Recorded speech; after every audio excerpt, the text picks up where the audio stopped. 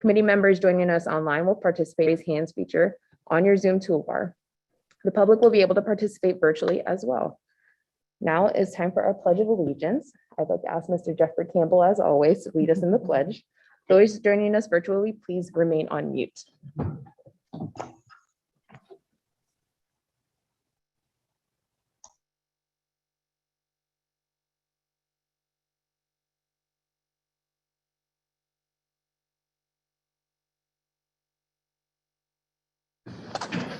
Thank you, Mr. Campbell. There are 2 public comment points in the meeting. Members of the public who wish to speak use the raise hands feature on the Zoom screen. If attending by phone, you can hit *9 to raise your hand and request to be recognized. When you're called, your microphone will be temporarily unmuted by staff, and we'd like to ask you to state your name and contact information for the record. We also accepted comments by email before the meeting.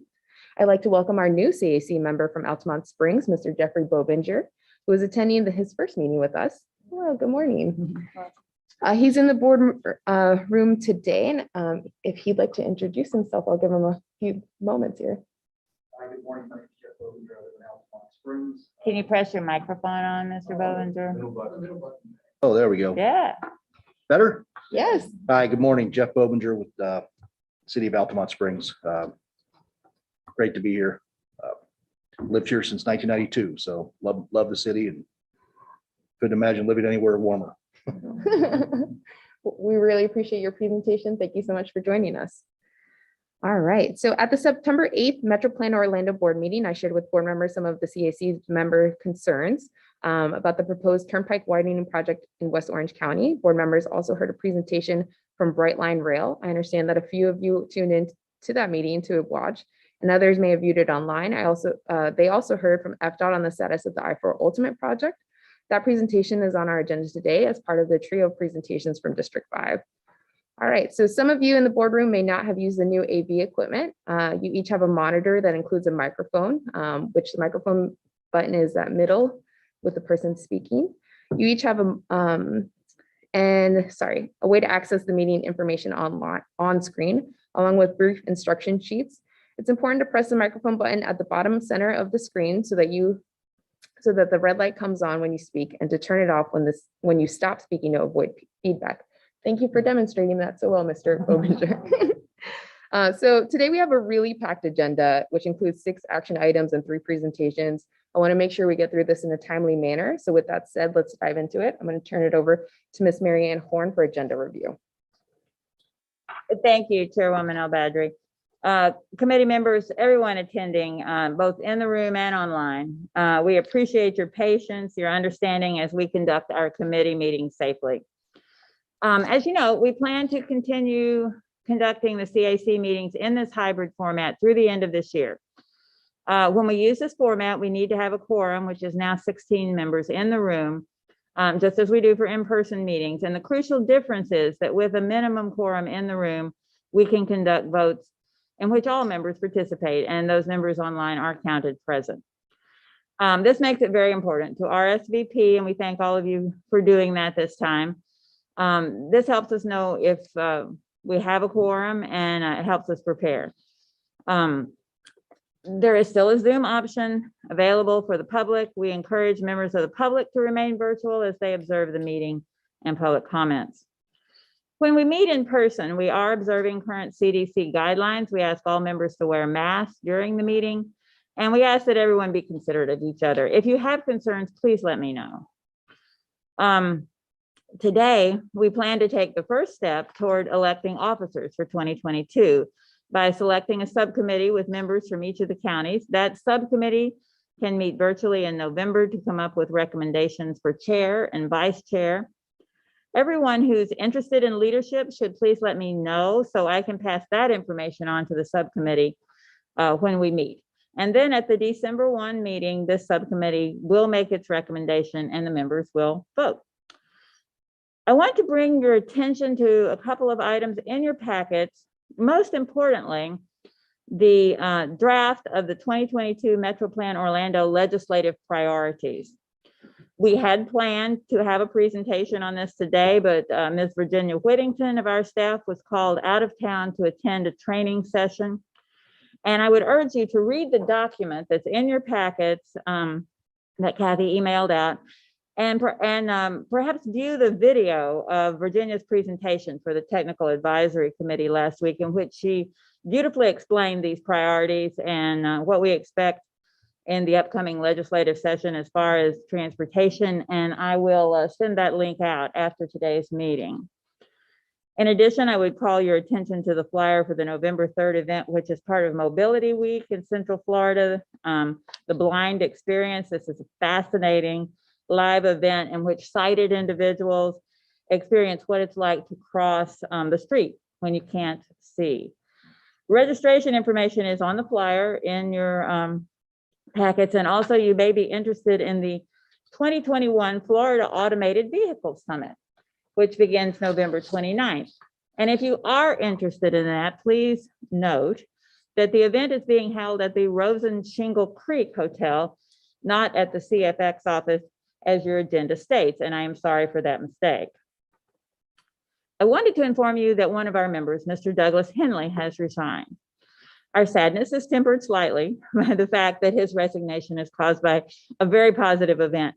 He has recently taken on a challenging new job. He has decided to resign from outside commitments to concentrate on getting established there. We will miss him. That leads me to a quick update on member recruitment. We will begin recruiting for new CAC members at the end of this year and the beginning of next year to fill vacancies that we have. In addition, we have a few members whose 4-year terms are expiring, and we will be, these are Metroplan Orlando appointees whose terms are expiring, and we will be asking them to decide whether they wish to continue with the reappointment. And if anyone else feels that in the coming year you will need to resign from the CAC, it would be great to let us know that in advance so that we can include that in our recruiting plans as well. I hope you all stay on, but we know life happens. As for the agenda today, it was arranged for simplicity's sake in the usual order, with action items coming first and then followed by presentations. However, Chairwoman Al-Badri will guide you through some agenda changes using her chair's privilege to do that, and view some presentations out of order to help give you information that you need before you consider some of the action items. And I think this will make sense as we go through. Now we'd like to take attendance, and Ms. Lisa Smith will call the roll. Yes, good morning. If all members joining us online can unmute yourselves for the roll call, while those in the room keep microphones off until called. Online participants, please make sure your video is on if possible, so we can confirm it's you. You will find the unmute and video buttons on the bottom of your Zoom screen. Please say here or present when your name is called. Alvarez. Bobinger. Here. Buttery. Campbell.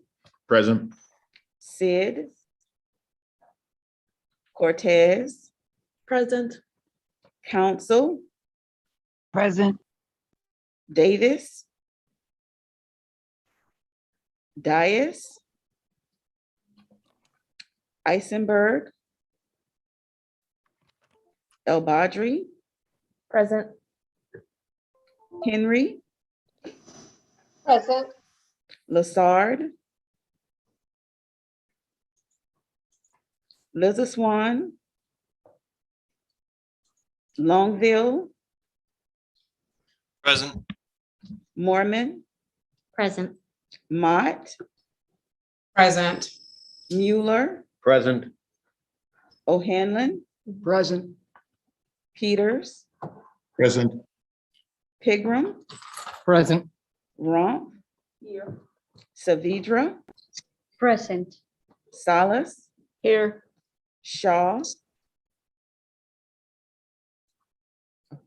Sibilia. Present. Stevens. Stone. Torrealba. Webster. Present. White.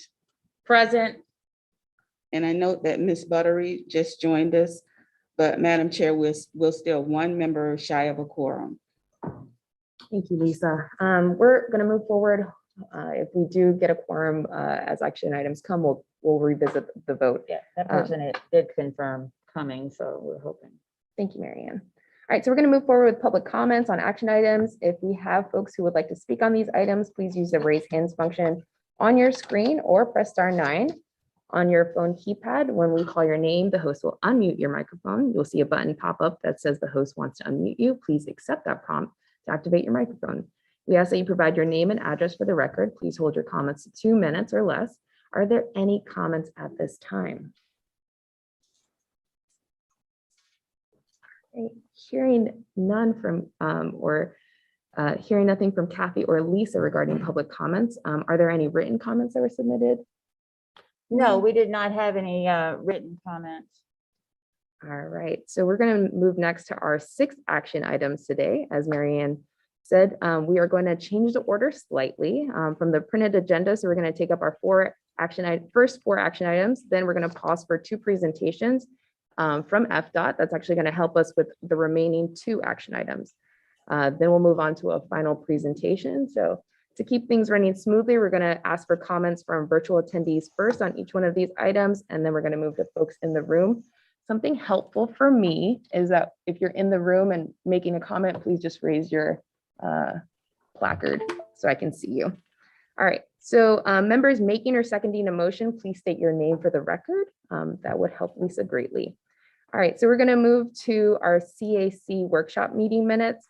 Because we are missing 1 for a quorum, I'm going to ask if there's any discussion on any of our CAC virtual workshop minutes from December 2020 through August 2021. This is in tab 1 of your agenda packets. We previously discussed these minutes, but if there's anything else anyone would like to add, please share that now. All right, as I mentioned, if we do reach a quorum at some point during this meeting, we will come back to revisit this as a voice vote. Moving forward, we're going to go to ratification of our board action items from December 2020 through December 2021. This is in tab 2 of your agenda packets. Again, we have previously discussed these items and the board has already taken action on them. If there is anything else that folks would like to add to this record, please let me know. I'm going to pause to see if there's anything online. All right. So we're actually going to have some discussion here on this next item, which is the appointment of 2022 Officer Selection Committee. We're going to be looking for a representative from each county to serve on the subcommittee. This committee will meet to choose the 2022 chair and vice chair for the CAC. As Ms. Horn indicated earlier, this will be a virtual subcommittee meeting in November. And we will receive your vote on a recommended slate for officers on December 1st. If you're interested in being a CAC officer, please contact Ms. Mary Ann Horn before November 1st, so sometime this week. And if you're interested in an officer seat, you should not volunteer to serve on the selection subcommittee. So do I have volunteers to serve on the subcommittee? Please raise your hand. I chair that subcommittee. I'm pretty sure it's going to be fun. We're looking for 1 from each county. All right, so I'm gonna once I say your name, can you just share which county you're from? And I'm not sure who's helping with me with the online portion of this. I want to make sure we capture those folks as well. So Mr. Sabia. Yeah, David Sabila from Orange County. Awesome. Miss Mormon. I'm from Orange County as well. Okay. RJ. RJ Mueller from Orange County. I love Orange County. I'm also from Orange County. We also need some folks from Seminole and Osceola, please. Oh, Maria. Maria Cortez, Osceola County. Thank you so much for your service. And now Seminole County, pressure's on. Mr. Bobinger. Yes, ma'am. Thank you so much, sir. All right, so I just want to confirm with Ms. Mary Ann Horn, are we able to have additional representatives from Orange County on the selection committee?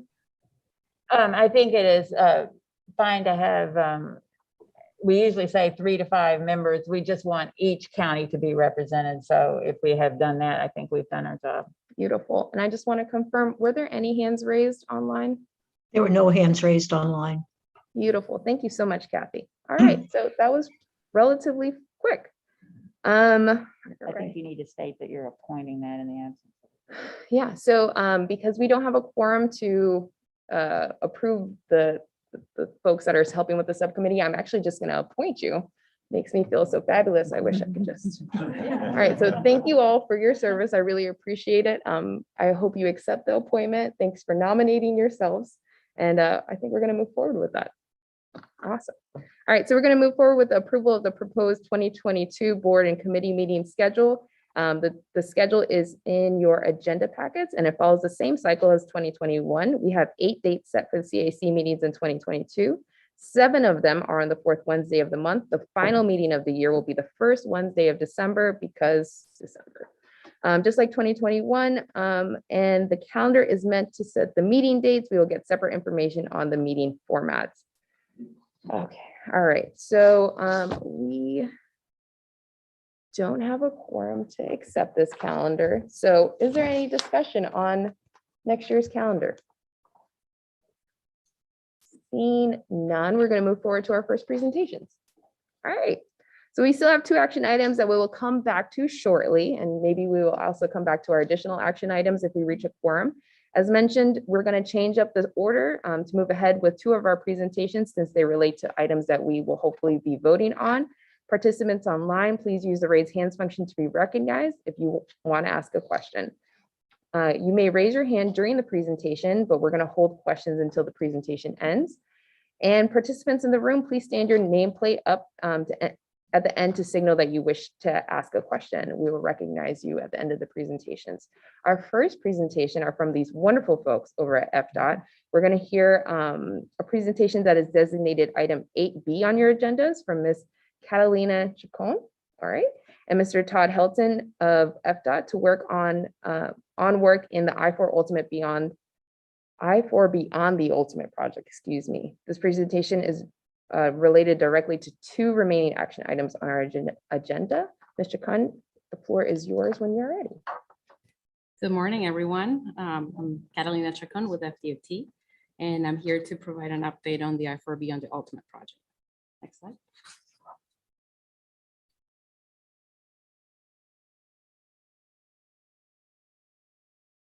I don't see the next slide.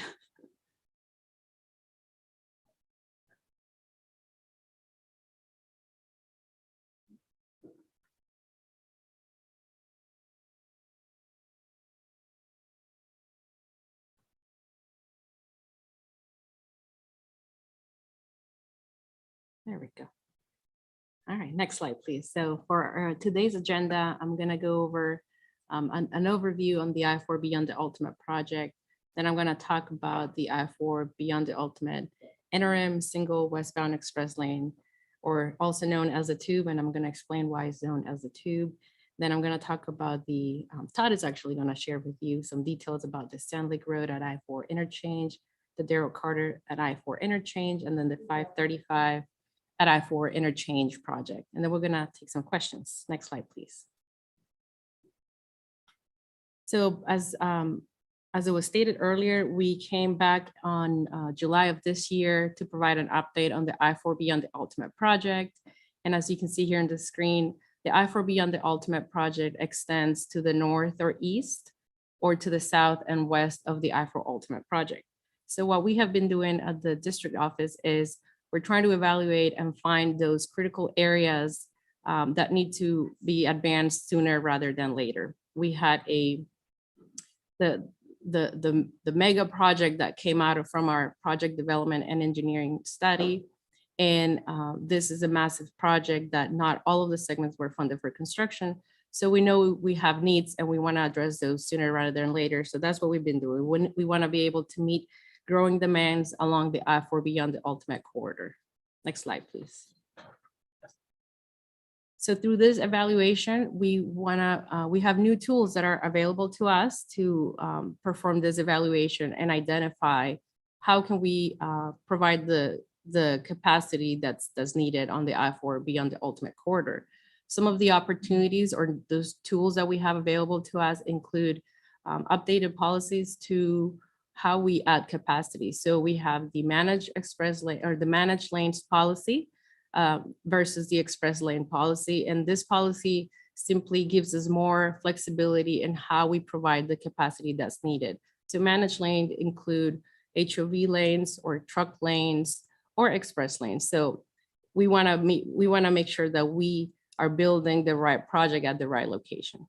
We also have more guidance and lessons learned when it comes to the direct connects or the ingress and egress points to and from the express lanes. We also have new parameters when it comes to how we separate the express lanes from the general use lanes. And then finally, any lessons learned from all of our projects that we're doing, including the I4 Ultimate project, as well as industry feedback. We want to make sure that we identify those critical areas and be able to size the project in a manner that it's going to be able to get funded, especially with stimulus funding that we've been talking about. Next slide, please. So our evaluation approach hasn't changed. We want to make sure that we maintain the purpose and need that was identified in the I4 Beyond the Ultimate Project Development and Environment Study, or PD&E study.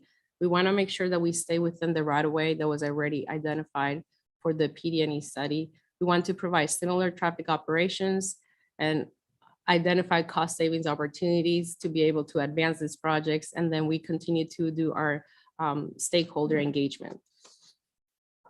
Next slide, please. So as I mentioned, through our evaluation, these are the projects that were identified to move forward with stimulus funding. I do want to mention that some of those projects were already in the works. So the first one shown here on this screen is the I4 at Sand Lake Road Interchange. And then we have this westbound express lane from west of Sand Lake to west of 536. This is the tube. Then we have the I4 at Darrell Carter Interchange Project and the 535 at I4 Interchange. So through our evaluation, one of the elements that stood out the most was that we were forecasting a future bottleneck where the I4 Ultimate Express lanes end in the westbound direction. So where they're being terminated by the project that's in construction right now in the westbound direction, we were forecasting a future bottleneck. So we needed to do something about this. And we've been analyzing how do we address this capacity and how do we come up with the best solution given all of the elements that we need to balance. So some of our ideas included utilizing the existing shoulder during peak hours. This is also known as a part-time shoulder use. One of the challenges with this idea was that we would have needed a lot of local and law enforcement support to make sure that it was a safe operation. So we didn't pursue this option any further. Another option would have been to build the mega project that was identified that came from the PD&E study. One of the biggest challenges with that was how does the industry deliver this mega project, resources, as well as the cost that's in the billions of dollars. So in the end, what we are recommending is the tube. So we are recommending to extend a single buffer separated express lane in the westbound direction of I4, just west or south of Sand Lake, all the way to west of Stereo 536. And that's the green line that you see here on the map. Like I mentioned, we call it the tube, and I'll explain why in my next slide. But this is a good solution, the best solution that it balances disruption to traffic because we're just widening to the inside. So we're just utilizing the shoulder, and then cost considerations as well. Next slide, please. So now I'm gonna walk you through the tube. And as I mentioned, this future bottleneck that we identified is shown here basically in that orange arrow. That's where I4 Ultimate ends, the express lanes end in the westbound direction. So what we identified through our evaluation was that about half of the vehicles that are going to be traveling in the express lanes in the westbound direction, they want to continue going west, and they want to bypass all those interchanges in between. They want to bypass Sand Lake, 528, Central Florida, 535, and 536. And so what the tube does, it provides an opportunity for those vehicles going in the westbound direction to bypass those interchanges and just continue going west. We call it the tube because once you are in it, so after you pass that last exit point where the orange arrow is, you stay in the tube until it ends, just west of 536. The tube will also improve safety and operations at the termination of the I4 Ultimate Express lanes in the westbound direction. It will better accommodate future population, and it will increase, support the economic growth in the area. This is considered to be an interim project that will support the projected traffic in the next 10 years. Next slide, please. This is the proposed typical section. So this is what it would look like once it's built. And as you can see in the westbound direction, the extra lane, that's the tube. And it's separated by a buffer as well as the tubular markers that you see here in the screen. Next slide, please. So now we're gonna go over how we plan to deliver and construct the tube, given that we already had projects in the works that extend through the tube area. Next slide, please. So as I mentioned, we already had 2 projects in the works, and those were the Sand Lake Road interchange improvements and the Darrell Carter interchange improvements. So when we finalized the tube and our recommendation to move forward with the tube, we also identified that obviously the tube extends through the limits of those 2 projects that were in the works. And what is not desirable is to have contractors working on top of each other. We want contractors to work next to each other and coordinate construction, the construction of the projects. So as a result, we needed to change the scope of the Sand Lake and Darrell projects, as well as the schedule to be able to accommodate these changes within the project limits. So the first project will be the Sand Lake Road project. It will include the Sand Lake interchange improvements as we were planning to do before, and we're going to add a portion of the tube. So that is going to go from west of Sand Lake Road to west of Central Florida Parkway. And that's project A shown here in the screen. This is a design build project that is going to go in fiscal year 2022. And then we have the Darrell Carter interchange project that is going to include the portion of the tube within the Darrell Carter project limits. And this is project B shown here on the screen. This is a design bid build project in fiscal year 2022. Next slide, please. And then finally, we have the last portion of the tube. So that's going to go from west of Darrell Carter to west of State Road 536. And that is going to go along with a project that's also going to improve the interchange at State Road 535 and I4. This is identified for stimulus funding in fiscal year 2023 as a design build project. I did wanted to mention that the tube is not going to open until all of the sections of the tube are being built. Next slide, please. Okay, now at this point, I'm going to turn it over to Todd, and he's going to go over some details on those projects, A, B, and C.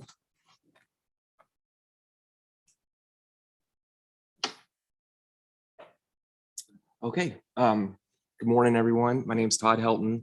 I'm FDOT project manager for I4 Beyond the Ultimate. I'll start, we have the 3 projects to talk about. I'm going to start with the Sand Lake and I4 Interchange project, as well as that westbound express lane from west of Central Florida Parkway to west of 528. So with the Sand Lake and I4 Interchange project, we're going to reconfigure the interchange to a diverging diamond or a DDI. This will help improve the interchange to move traffic more efficiently through this heavily traveled area. The project will also reconfigure and lengthen ramps at the interchange and improve capacity on Sand Lake and Turkey Lake roads. Our current design includes eliminating the left turn from westbound Sand Lake Road to southbound Turkey Lake Road. In place of that left turn, we are proposing this new loop ramp, which would be accessed from the right-hand lane of westbound Sand Lake Road. The new loop ramp will move traffic to Turkey Lake Road more efficiently and eliminate the need for motorists exiting westbound I-4 to merge multiple lanes in a short time to get to southbound Turkey Lake Road. The loop ramp will also be used by motorists from westbound I-4, so they'll be able to exit directly to Turkey Lake Road from the loop ramp with this new I-4 exit ramp. And the new diverging diamond interchange on Sand Lake will include protected walkways for pedestrians and bike lanes, as well as enhanced aesthetics. Next slide, please. So this design build project's also going to include reconstruction of the I-4 general use lanes from west of Sand Lake Road to the end of I-4 Ultimate Project, and the addition of 2 barrier separated express lanes in the westbound direction from the end of I-4 Ultimate to west of Sand Lake Road. The eastbound ingress point to the express lanes will remain as it's being constructed with I-4 Ultimate. Next slide. So again, here we see the typical section with the tube. So the 2 westbound express lanes will transition to the single buffer separated express lane in the westbound direction west of Sand Lake Road and tie in just west of Central Florida Parkway. So as Catalina mentioned earlier, the express lane will be worked on as a part of 3 separate projects with the finished lane extending from Sand Lake Road to west of 536. Next slide, please. Here are just a few key dates for the design build procurement. We have our advertisement this month. We're going to shortlist in December of 2021 with the final selection in June of 22. Slide. So now I'd like to talk about the Darrell Carter Parkway interchange for this FPID that you see here. This is specifically for drainage improvements. Next slide. We're calling this an early works project. So as mentioned earlier, a portion of the tube is within Darrell Carter project. In order to avoid the contractors working on top of each other, we're incorporating this portion of the tube into the Darrell Carter project. But to make this change to the design, we need to adjust the schedule for Darrell Carter. And we'll show that in the next slide. However, a portion of the Darrell Carter project will still go ahead and be built as a separate early works project. This portion includes the drainage improvements at Big Sand Lake, and it will stay on the current schedule letting in January of 2022. We understand how important these improvements are to Orange County and the community, and we're committed to maintaining the current schedule. Next slide. Okay, now we're talking about the Darrell Carter Parkway interchange improvements, as well as a westbound express lane extension through those limits. Next, please.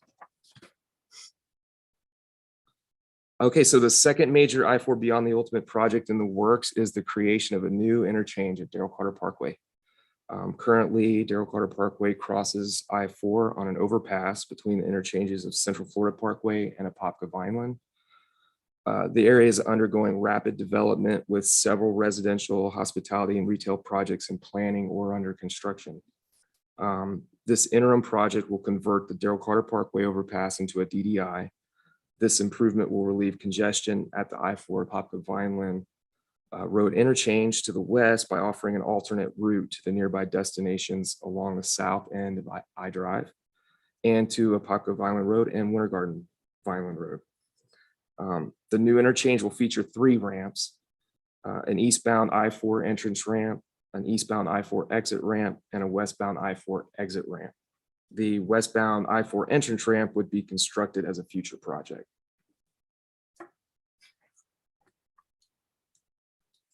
Next slide, please.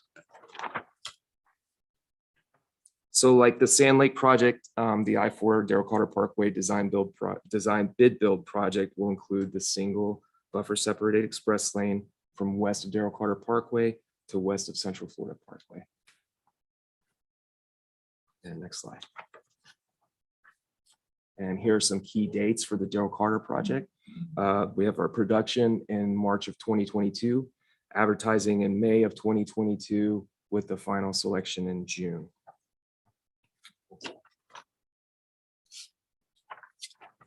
Okay, and finally, we're going to talk about the State Road 535 interchange improvements at I4 and the westbound express lane extension. That will kind of be the last segment of the tube to get constructed. So the third major I4 Beyond the Ultimate project in the works includes the last piece of the tube from west of Darrell Carter Parkway to west of State Road 536 and the reconstruction of the 535 and I4 interchange. The interchange improvements will include a displaced left at State Road 535 and I4 and an echelon intersection at Vineland Road and State Road 535. The echelon intersection's an innovative design that's typically used where two busy streets intersect.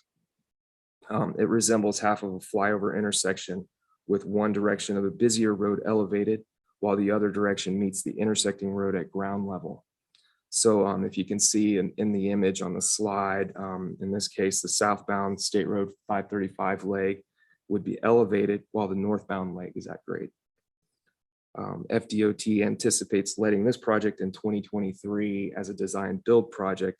And so we would expect to come back to Metroplan at a later date to present more detail related to this project.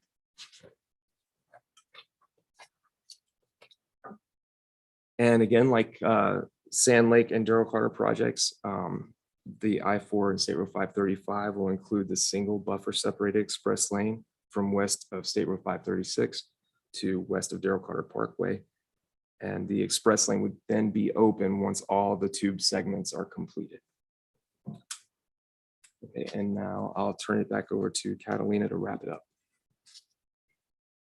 Thank you, Todd. So before I take any questions, I hope that this presentation was informative and clearly explained the importance of the tube and why it's needed. As you can see in the agenda, it was tweaked a little bit to explain this because there is an action item to vote for amend the tip. Just want to remind everyone what the tube does is that it provides that opportunity for vehicles going in the westbound express lanes that want to continue going west past State Road 536. It also will improve safety and operations where the I4 Ultimate express lanes end in the westbound direction. It will better accommodate future population growth and support economic growth. So we hope that you approve the amendment for this important project. And so with that, I am happy to take any questions. So we're actually going to start with questions or comments from folks online. I'm going to ask for Kathy's help with that if there are any hands raised. There are no hands raised at this time. All right, so I'm going to take comments from the floor. I think I saw Mr. Campbell go up first.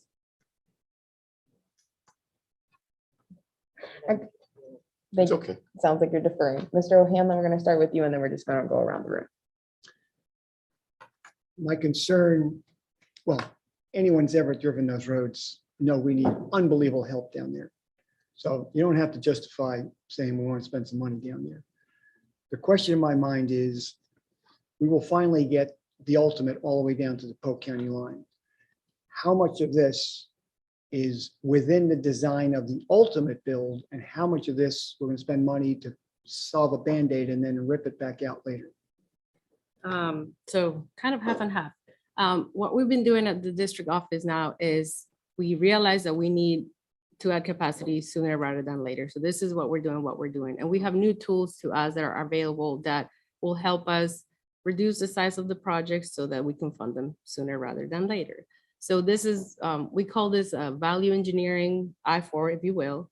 And this portion of the tube is in line with that vision. So what we're trying to do is trying to bring all the proposed lanes, so the two express lanes in the east and west at grade and be able to build this sooner rather than later. So it is advancing that vision that we have by adding just one for now with the funds that we have available to us. And then in the future, as we continue our evaluation and searching for more funds, that's the hope that it will build towards the ultimate vision.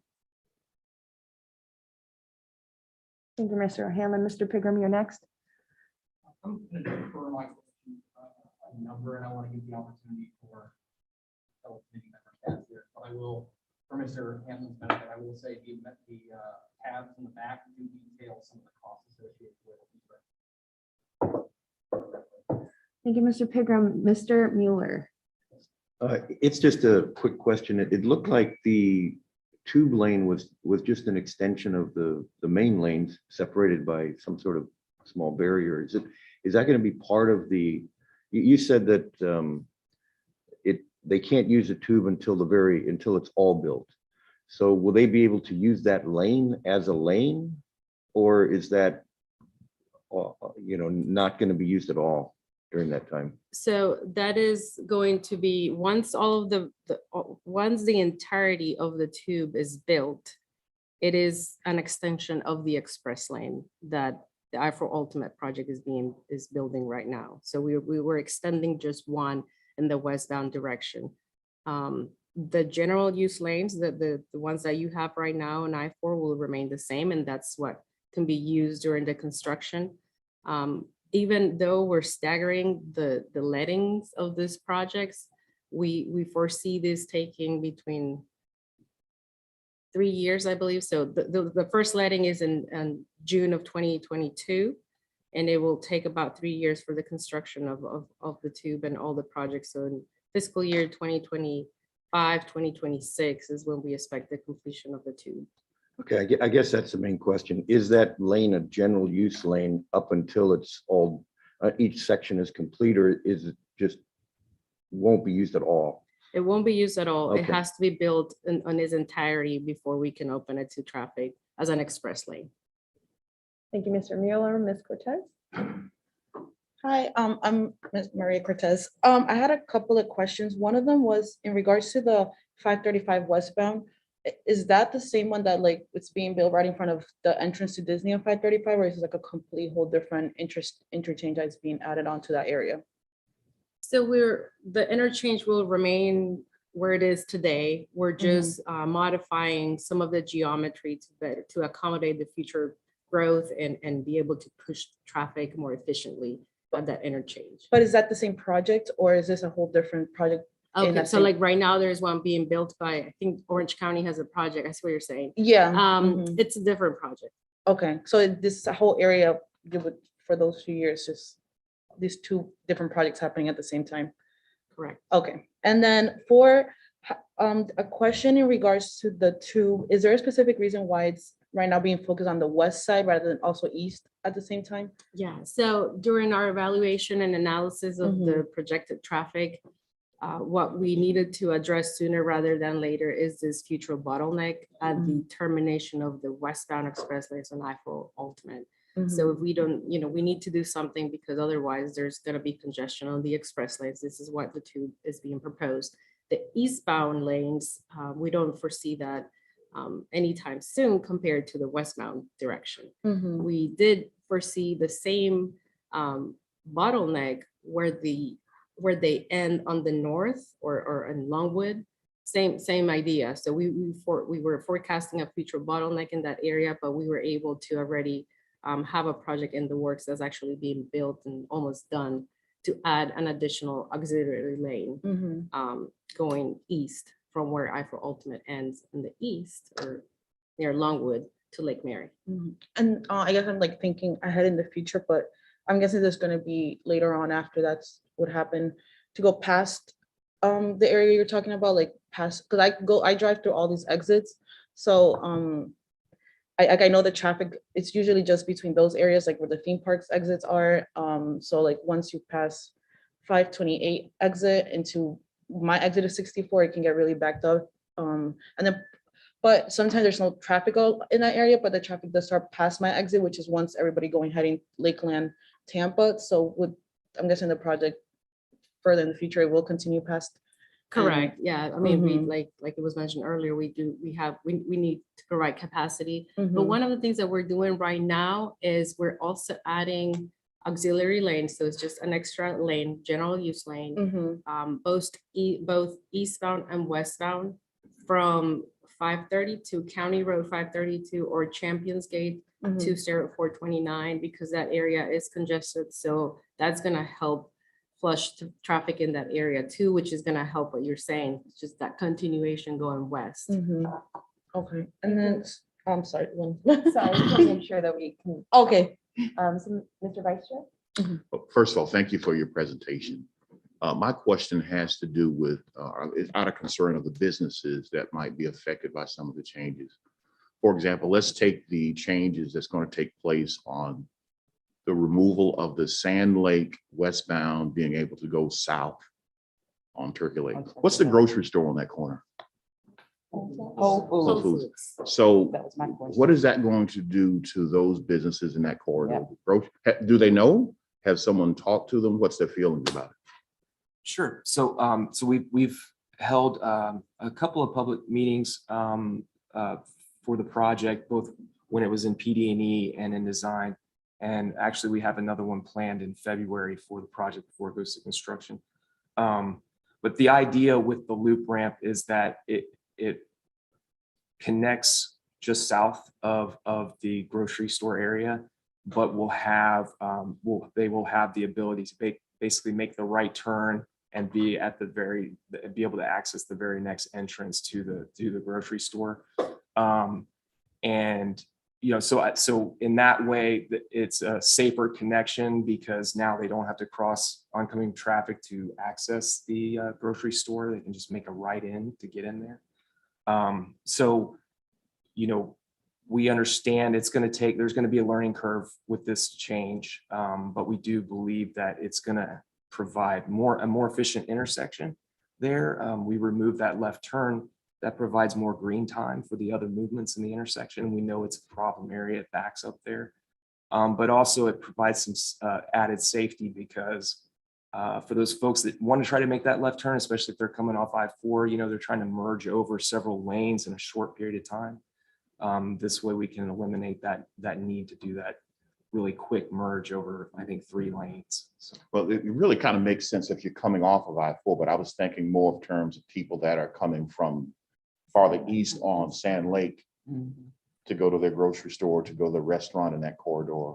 What would they typically do? They actually will also access that loop ramp. And with the DDI coming in there, it's going to be a lot of change. And we understand that, but we're going to sign it in a way so that, we hope that it's intuitive for people to be able to figure out which way to go. But the idea is if you're heading west on Sand Lake and you wanted to go to the grocery store, you would take the loop ramp around and do the same connection that you would from I4. So basically the loop ramp kind of merges with the ramp from I4 and puts the folks out at the same. So you've already met with the people at Whole Foods and other businesses, and so they're up on it. As far as I know, they are aware. I personally, we'd have to take a look to see if they've been contacted directly, sir. So I'm going to go to Ms. Rump next, Mr. Bobinger, and then we're going to go to Jeff. Thank you very much. I wasn't sure how I get the attention to speak. That's all the signs up. So this is appropriate because I want to follow up with the vice chair question about the Turkey Lake Road interchange. So are there any Links bus stop that will be affected by that no turning? Have you looked at the Links bus stop? Because I know the Dr. Phillips Hospital is along at Turkey Lake as well. I know people take the bus to Dr. Phillips Hospital. So please look and make sure there's no Links bus stop that will be affected by that no left turn. Thank you. Thank you for that really important comment, Mr. Sabia. That's right. Actually, thank you, David Sabila. My question was answered with Ms. Cortez's question about terminating the tube, the extension.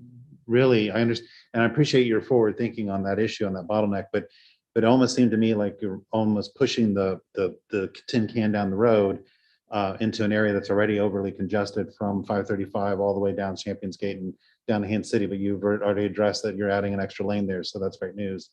Thank you for that. So that was it. Thank you. Thank you, Mr. Sabia. Mr. Bobinger? Hi, good morning. I had a couple questions. This tube, is that going to be, that you said it's going to be an express lane, so that means it's going to be another extension of the toll lane?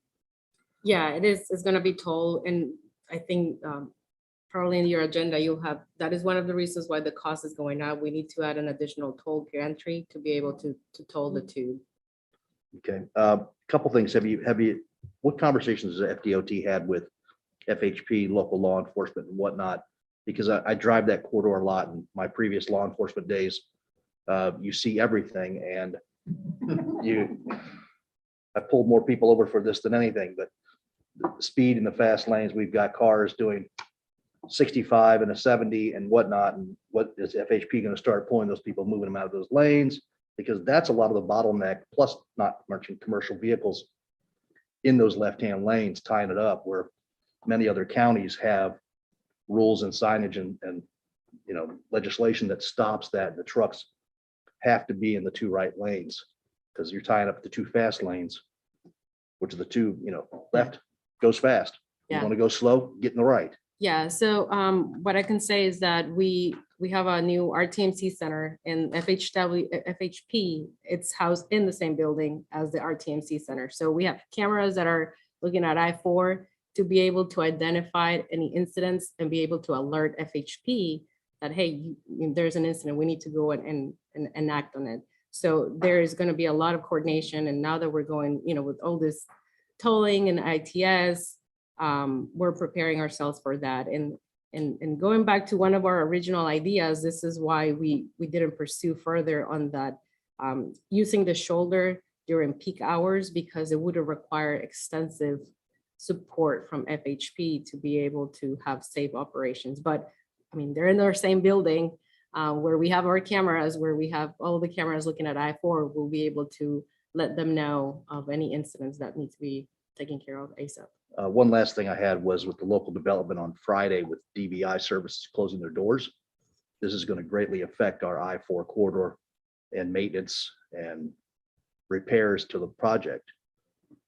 How is Florida DOT, since they work closely with SGL and all that, how that's going to cover that missing link? I know that there's bonds in place and other companies that have to hopefully step in and take care of the Road Ranger project and things like that, and just keeping things moving, keeping the roads up to date and clean and looking nice is key. And DOT's been done a great part of that. But that was my last thing I saw, because it's a large company to close their doors at 4:30 in the afternoon on Friday and go, wow, what are we going to do now? Yes, it was. Mr. John Tyler, do you mind introducing yourself? And Yes, ma'am. Yes, ma'am. Thank you, Madam Chairwoman. John Tyler, FDOT Director of Operations for District 5. So I'll take this question if I may. So yes, we did have a unique situation that happened on Friday afternoon. Major asset maintenance contractor, not only in the state of Florida, but around the country, decided to cease operations. And very quickly, immediately, DOT stepped in to take over the work. So we are focusing on incident response, road rangers, maintaining our rest areas, where DVI was engaged. And they were engaged on I4, north and south of the I4 ultimate limits. And so DOT is right now handling all of the maintenance activities. We have plenty of field crew staff to do that. We're gonna have to reorient from our normal day-to-day while we engage the surety companies and find a replacement contractor. But in the meantime, the interstate is open, it's operational, it's safe for business. We're still working with FHP and responding to incidents. And so we're planning to make it a smooth transition for the traveling public. Thank you, sir. thank you, Mr. Tyler. Mr. Pigram. So first off, I want to thank you, all 3 of you, for coming and talking to us. This is, as Mr. Hanlon and everyone has said, this is obviously a much needed for the area, both currently with what we experience and certainly what you're seeing in your modeling. So I can't say there's certainly not an absolute need for this, but kind of a macro level question. I was fortunate to be selected as a subcommittee member for our 2045 planning as Metro Plan. And, we're looking at things that are 20 some years in the future. And yet here we are talking about, we need to have this tip happen next year. This has to happen now. And so I'm trying to understand the macro of when we're talking about and meeting about things that are 20 years from now and where are we going? How did we get here? that all of a sudden we have a problem that needs to happen right now. We have to fix it now. Was it the beyond the ultimate cost pushed out the ultimate build out where it wasn't cost feasible in the time frame we originally saw? Or are the traffic loads much higher than we had put in our modeling 10 years ago when we sold I4 Ultimate? Like, what is the macro that got us to this point, and what can we do as a region to not be in this situation where we're having to jump real quick when contractors have already committed to things next year all over the state? Yeah, so that is kind of what we're doing by relooking at the beyond the ultimate, the overall program. And I think as a district, we're evolving and adapting to all these lessons learned that we've had. And we're kind of like changing how we see this mega projects. And so it to kind of like I think you nailed it. Two things is the funding that is very challenging, but it's because of the size of our project. So what we're doing is we know we have needs, we know that. So how can we accomplish this sooner rather than later? So this is what we're rethinking, how we are approaching this to be able to be in a better position to address those needs and be able to fund the projects. Because at the end of the day, it is the funding that before it was a mega project in the billions of dollars that only one segment was tentatively funded, not until 10 years from now. Yeah. And we know that we need to do this sooner rather than later. So that's what we're doing. We're evolving and adapting as a department and coming up with a more fundable size of project that the industry can also successfully deliver. So we hear you, and that's what we're doing right now. My only other question was, it seemed like the tube scope would impede on the existing grass median, which was slated for high-speed rail corridor, which is also in discussion with an outside party. Is that adversely affecting them? And does DOT have to compensate, or how is that negotiation ongoing? Because now it looks like we're impeding on a corridor that was going to be preserved for either a public rail project or potentially private. Right. So so at FDOT, our main emphasis was I4. How do we know we were forecasting this bottleneck. So what do we do about it? And I know that at the same time, there were conversations, there was a lease agreement going on that's being handled by the central office in Tallahassee. But at the end of the day, the tube is an interim project that's going to solve the bottleneck soon. If with our VE, our value engineering BTU, what we're trying to do is bring everything at grade so we can fund it and get the small size projects so we can fund it sooner rather than later.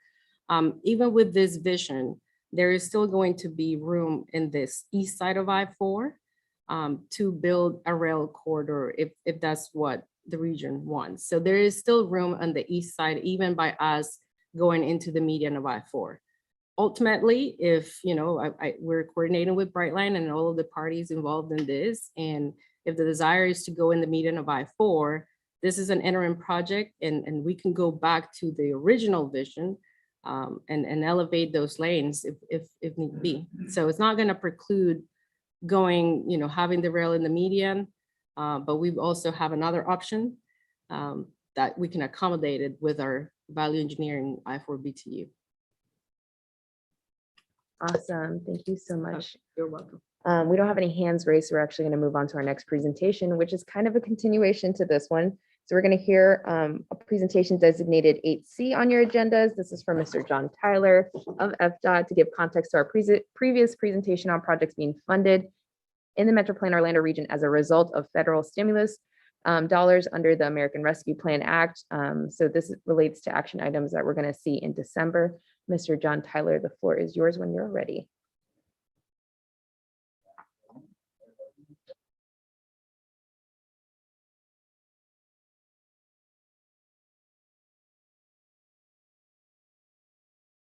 That one. Okay. All right. How's that? Okay. Good morning. So again, my name is John Tyler. I'm the Director of Operations for FDOT District 5, and I'm here to build on what you've heard from Catalina and Todd about and a very astute question of how did we get here today. So a little bit more context. Earlier this year, the Florida legislature saw it fit to take in some federal stimulus dollars and decide to give some of that money to the Florida Transportation, in addition to and on top of our regular work program. And that amount of money is somewhere north of $1.5 billion. And it was, again, in addition to and on top of our regular work program. Those funds were meant to be expedited and delivered within the fiscal year 22 and fiscal year 23 timeframe.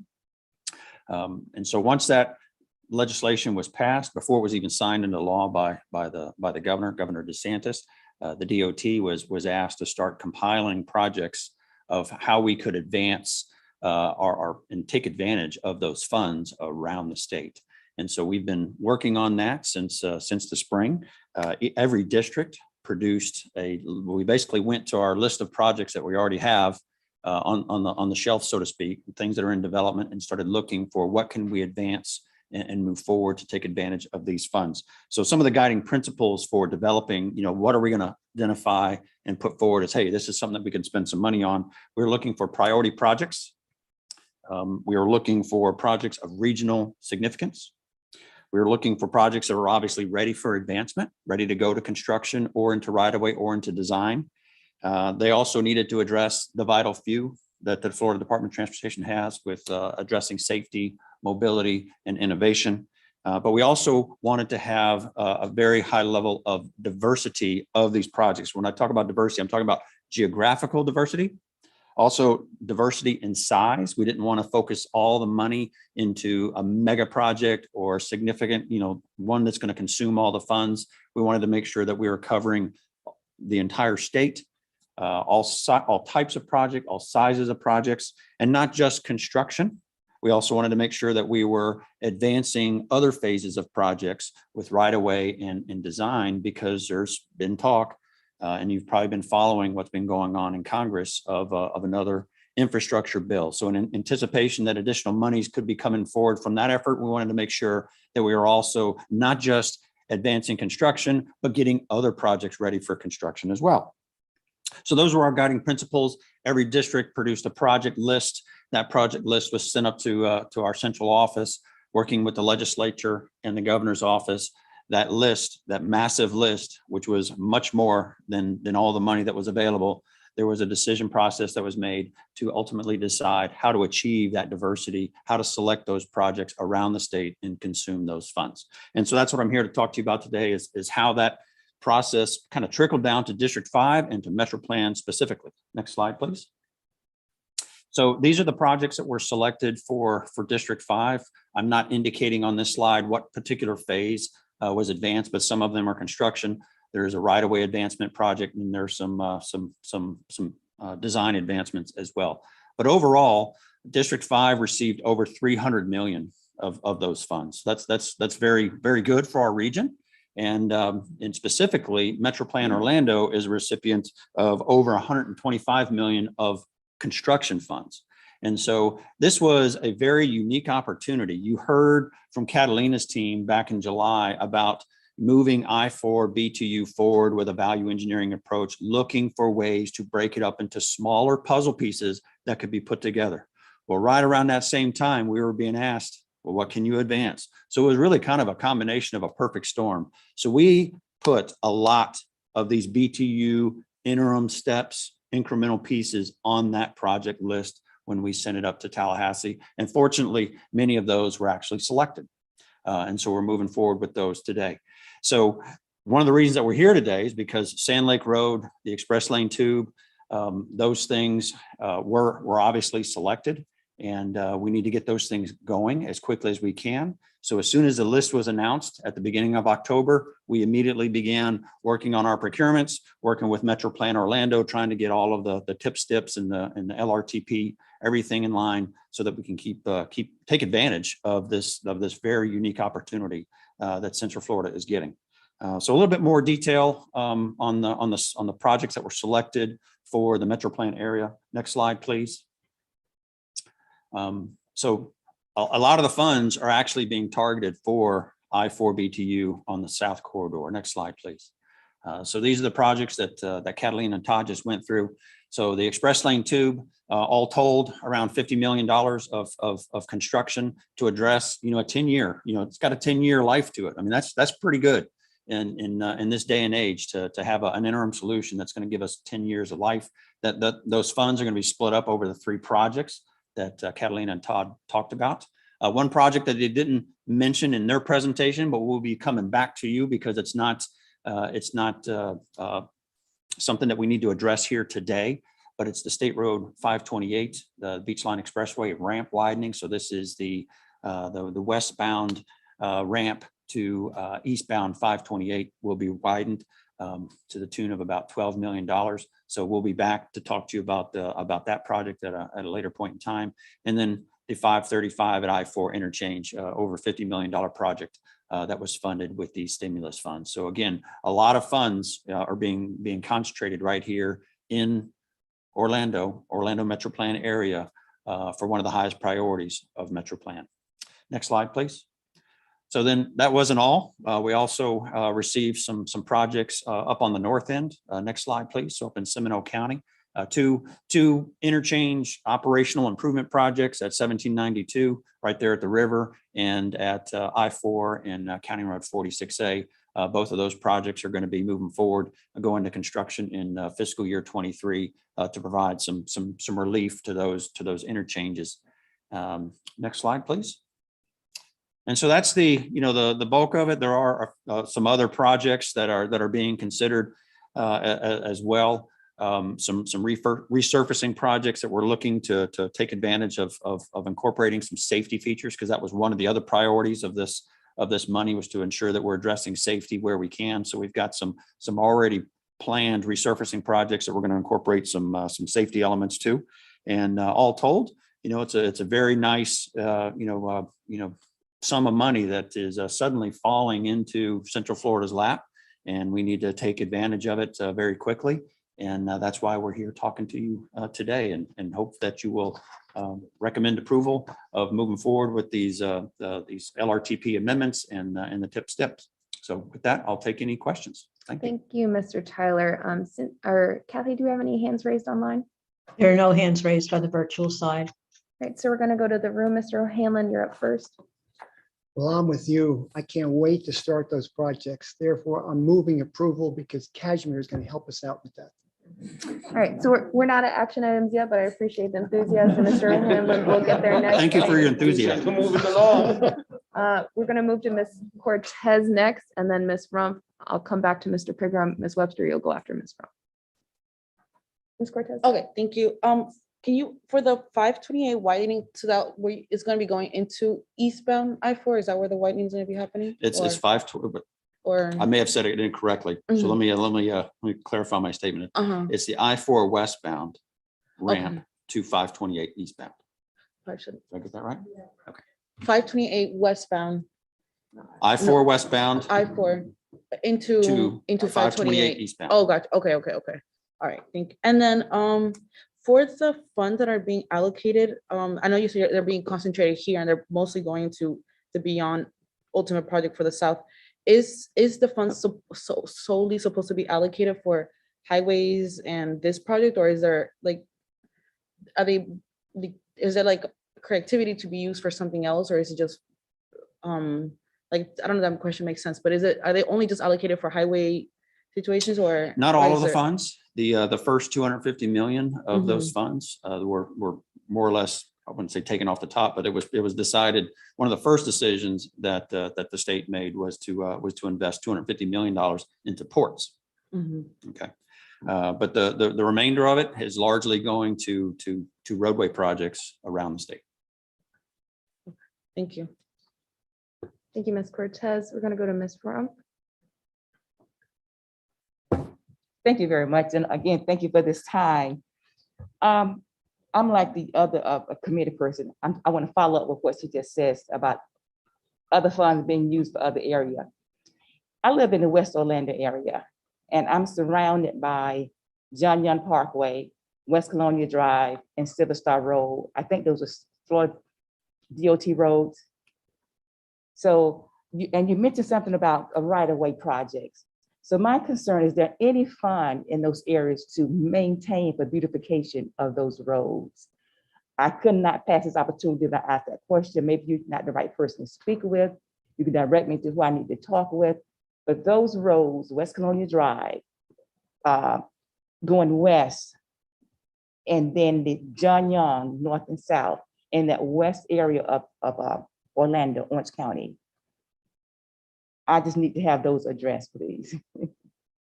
So who do I need to speak with? That you give me someone later on, I could. Thank you.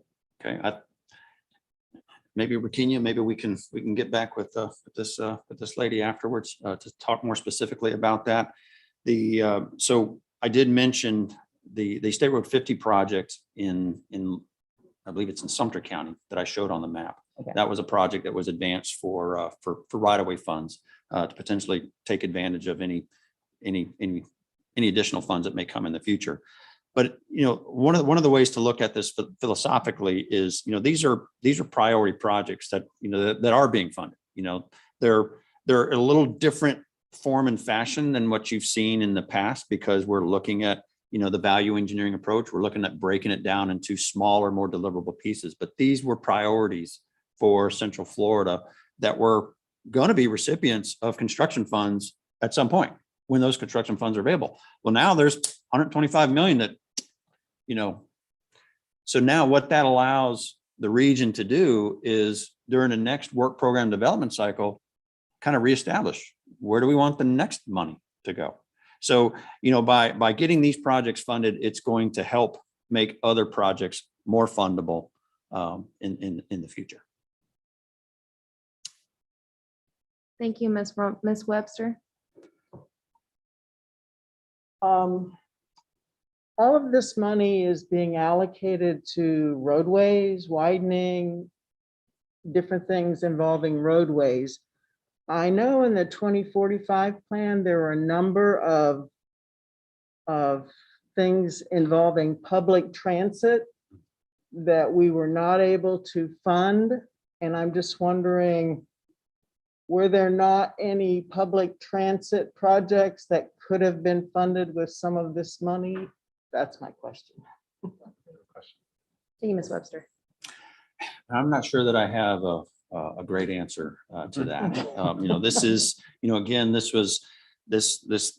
these funds were identified by the Florida legislature, and they were identified for roadway projects, understanding that there's still a very robust backlog of needs for transit and mobility options around the state.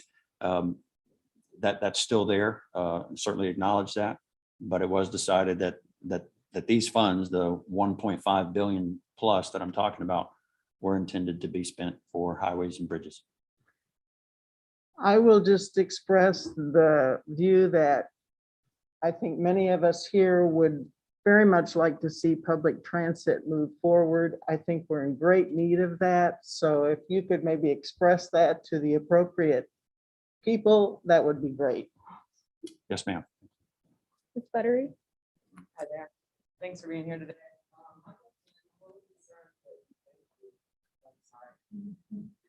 My only concern was with the beyond the ultimate I4 westbound 1 express lane. You say it's going to be probably good for 10 years. I'd say probably more like 5 years if it's getting done in 2025. So what kind of studies did you do to have that projection? And then a second part to that question is, how will there not be bottleneck going from 2 westbound express lanes on the ultimate project to 1 westbound express lane, and then the integration getting back on the I4 once that lane ends, from the 2 lane to the 1 lane to the 1 lane to no lane? Yeah, so I've got some reinforcements coming up apparently. Okay. Yeah, but we use the same engineering, traffic engineering and evaluation and modeling tools that we use for all of our projects and for this project. So we took those models and we asked ourselves, all right, well, let's look at it from, if we put in this 1 lane, how long is that going to last? And that's what the numbers came up with. So it's the same evaluation system protocols that we used for all of these projects together. As far as the entrance and the exit point, you want to address that, Catalina? So is it are you asking like where it ends? How is the traffic gonna merge? Yeah. So there was a lot of thought that went into where that tube should end. And that point was chosen very carefully. We got to look at a few things. One is, once you start merging that lane, we know traffic is going to start merging and want to choose to go to to the next exits that are available. And for a rule of thumb that we have is you need about 1,000 feet per one lane that you want to merge. So that's why it was strategically placed there, because that is the safest point. And also with our traffic modeling and projection, we said, well, the traffic they want to bypass, they want to continue going west. They don't want to go to those attractions in the area over there. So that's also why it was chosen to go there. Hopefully that answers your question. Yeah, thank you. Okay. Thank you, Ms. Buttery. And we're going to close out this comment section with Mr. Pigram. Thank you, Madam Chair. So first off, I want to apologize to Catalina and Todd. I didn't say thank you for your presentation and answering the questions. Second off, all three of you, I want to thank you. I know you kind of are going to be in a little bit of a boxing ring going to each committee and having to present something that has to happen very, very quickly. But when you guys present this information to us, it makes us smarter. And then the next time you come around, we ask more critical questions about how are these decisions made. And so I think when you guys go into this level of detail, it helps us learn. So I just wanted, but then the next time you present to us, we have more boxing level questions for you. So thank you so much for answering those and providing that insight and admitting when we don't have an answer. Because I think that's something we need to ask more as a region. How do we address the questions we don't have answers for? Just the thing I had for you, John, was all these little parts and piece projects, whether it's 528 ramp or the Darrell Carter, like, can you help, for my understanding, the tube is really the interim that we know is a throwaway, but Darrell Carter, as much as possible, we're going to do as a long-term 50-year, but the only interim piece is how it connects to what we have now, which will change the connection later. But all of that Darrell Carter is going to be built for 50 plus years. Sand Lake Road, 50 plus years, 528 ramp, 50 plus years, but we know the tube's going away, but everything else, 535, this is for the ultimate when it all is done in the future. Like, I believe that's correct. Yes. Yeah. awesome. And I would also say that, it's from my perspective as a construction engineer, because that's what I did before this job, it's too early to tell exactly what's going to be thrown away. Okay. And it's going to have a use even when we go to build out the full typical section. It's going to provide additional pavement so that we can maintain all of the lanes during construction of that project. So I would really caution folks from thinking that it is throwaway. It is useful. It is a useful piece of infrastructure that's going to provide a 10-year benefit and help us get to the next piece of the puzzle, potentially with lower costs as well. And so my last one would be, just from a timeline standpoint, the first thing that will open based on all these little parts and pieces is Darrell Carter. And that will be a relief mechanism for Sand Lake. So people have an alternate to skip the Sand Lake construction and get off at Darrell Carter. Because I can just see it being two problems at once without solving anything. Darrell Carter is going to provide relief to 535 Mhm. and Central Florida Parkway, because right now You can't if you get, want to go to like the outlets. Yeah, you can't get off You have to go all the way to 535, or you could get off at Central Florida. So it's going to provide relief to those two interchanges Okay. more than anything. And yes, it's going to provide more options. If people want to bypass Sand Lake and they just want to go to Darrell, it will. Timeline wise, think about the same time. I think the construction for that project is about 3 years as well. So it's just, there's going to be a lot of construction in the next few years in that area. okay, because I guess in the tabs, the Darrell Carter piece said construction 2022 and then nothing after 2022. Yeah, So I that's didn't- when the project that's when the project goes to construction and construction starts. Starts, but not After. in 1 year complete. Yeah, no. Okay. It's about 3 years. Yeah. Darn. All right, I think that concludes our comments on this section. I really appreciate folks from FDOT that came out for those two really well-connected presentations. We're going to move into action items now. And so our next action item is about an amendment to our 2045 Metro Plan Transportation Plan. Sorry, our Metropolitan Transportation Plan, and we're gonna have Nick Lepp present on that. Nick, welcome. Good morning. Here to present an amendment to the Metropolitan Transportation Plan. I see a couple new faces here. For a little context, our Metropolitan Transportation Plan is our long-term vision. It has that 2045 horizon where it identifies all of those future projects and really what's cost feasible, what we determined we could afford and fund through 2045. For a project to be eligible to go into the Transportation Improvement Program for funding and funding some of these projects that are coming forward for letting, it needs to be consistent with that Metropolitan Transportation Plan. So I'm here to present to you what is a procedural amendment to our Metropolitan Transportation Plan because it largely revolves around the state strategic intermodal system. And since the state strategic intermodal system is dictated and developed up in Tallahassee from central office, those that were on the committee like Jeff and were here in December, when we adopted the plan, we adopted the SIS table or table 6 by reference, since it is the department's prerogative on how they determine cost feasibility with those funds. So what we're asking for you to do and what you have in your packet is actually a letter from central office stating that the next item that you're going to be voting on, which is the TIP amendment, is in fact consistent with the SIS cost feasible plan for those projects moving forward. It's a little unorthodox. Usually we would amend a table within our plan, but we will be coming back to you later on in the future with an amended table 6 that really references more so that this is linked to the department's tables itself. So the department quite isn't finished updating their tables in time for the committees and board, but that's why we're doing this as a procedural amendment with a letter demonstrating that consistency so this committee can consider a TIP amendment after. And with that, I would be happy to answer any questions. Are there any hands raised online? If not, we're going to move to Mr. Pigram first. There's no hand raised online. Thank you, Kathy. Thank you, Madam Chair. I believe the Sand Lake Road Interchange project has come up in this committee previously because there was an ask for additional funding related to utility work that I guess was identified well late into the project development process. And so I will support this approval, but I would ask that this committee and Madam Chair consider that approval with a condition that we get some sort of understanding of what procedurally is changing from a process standpoint so that we don't get a last minute ask for a $12 million miss. Because if I think I will speak voluntarily on behalf of others, if I had a $12 million miss in my job, I'd lose my job. So what is being done to make sure that that doesn't happen again? Because it puts us in a position where, because of the timeline and the needs of the area, we can't say no, the region needs it, but I don't want to pacify that something went wrong. Okay, then so that's just my request for consideration of a conditional approval. And if I just to address a little, so that's why we're doing this procedural amendment now, and you don't actually have the TIP amendments for the stimulus until next, so you can consider this. But we have those mechanisms coordinating and working with the department as part of the statutes and our regular coordination.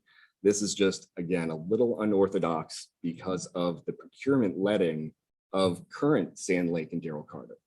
If we didn't do this amendment now to procedurally allow that, then it would stop really the stimulus funds that you're going to be voting on and all of this money that is coming to our region in your next cycle. So again, it's a little unorthodox, I agree, but we do have those mechanisms and ongoing coordination regularly with the department on these long-term plans. I don't see any additional hands raised in the room. Kathy, can you just confirm there's nothing online? There's no additional hands raised online either. Awesome. With that, I'll take a motion on this item. Move approval. So that was a move to approval by Mr. O'Hanlon. Is there a second? A second by Mr. Second, Cash- Madam. I'm going to do it to Mr. Cashmore just because he indicated earlier he was very enthusiastic about this. Thank you, Ms. Mott. No problem, Madam Chair. So with that, man, it's been so long since I've taken a vote. Is there any additional discussion? All right, with that said, this is going to be a voice vote. Awesome. So all those in favor, please say aye. Aye. Are there any opposed? I didn't mean to say that so dramatically. It looks like this passes unanimously. All right, moving on. I think we're going to go into kind of a rapid succession of action items now. Our next one is going to be related to this, which is an amendment to the Transportation Improvement Plan, our TIP, to include the federal stimulus projects that were just described in the FDOT presentation. This deals with 3 I4 projects involving the Darrell Parkway Interchange, the section of Sand Lake Road, and then the section of West Central Florida Parkway to West State Road 528. Mr. Keith Caskey is going to be joining us virtually to present information on this item. Mr. Caskey, the floor is yours. Okay, well, good morning. The chairman mentioned this does follow up on the MTP amendment. And as she said, TIP is being amended to include the I4 Sand Lake Road Interchange and Express Lane project from State Road 528 to Kirkman Road, and the I4 Express Lane project from Central Florida Parkway to State Road 528. And then it also includes the amendment to advance the drainage work for the I4 Darrell Parkway interchange. And as Nick mentioned earlier, this amendment is needed for FDOT to meet their procurement schedules for these projects.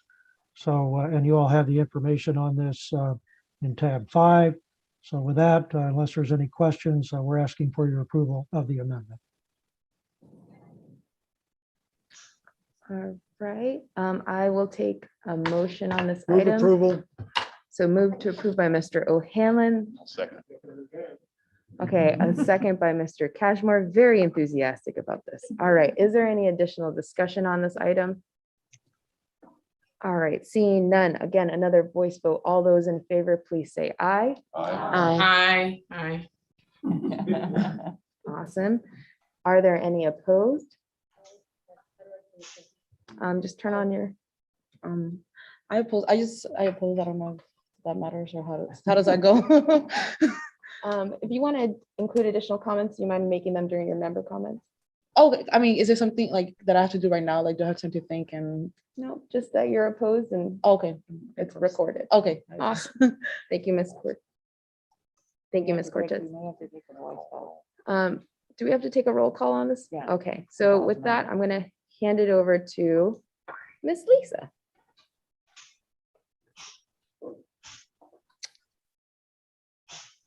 Alvarez. Bobinger.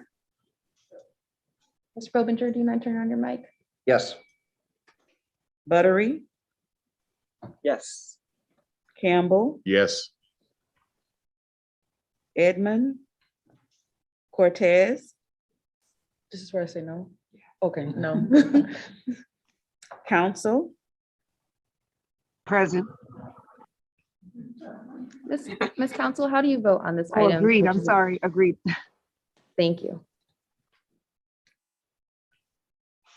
El Badri. Yes. Henry. Yes. Longville. Yes. Mormon. Yes. Mott. Aye. Mueller. Yes. O'Hanlon. Approve. Peters. Yes. Pigram. Aye. Rumpf. Yes. Savidra. Yes. Salas. Yes.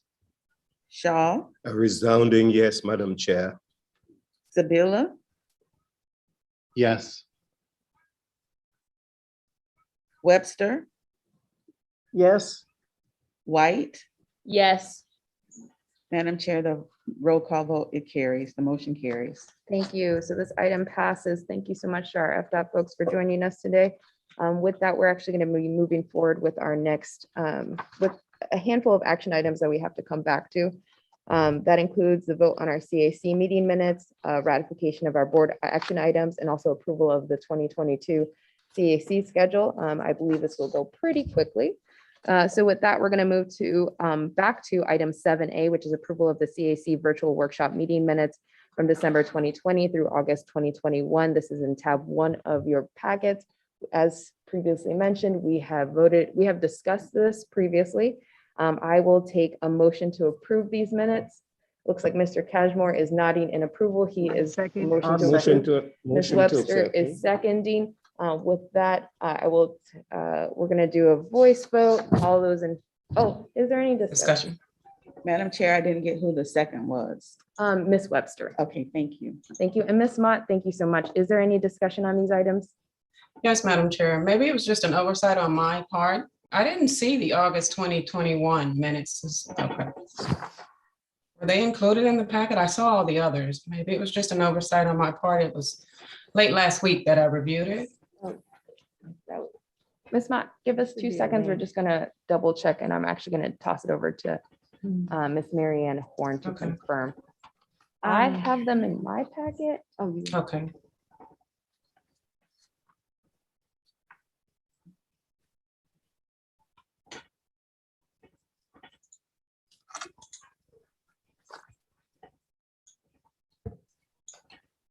I appreciate you taking the time to verify that for me. My packet's a little different just because of my position, but.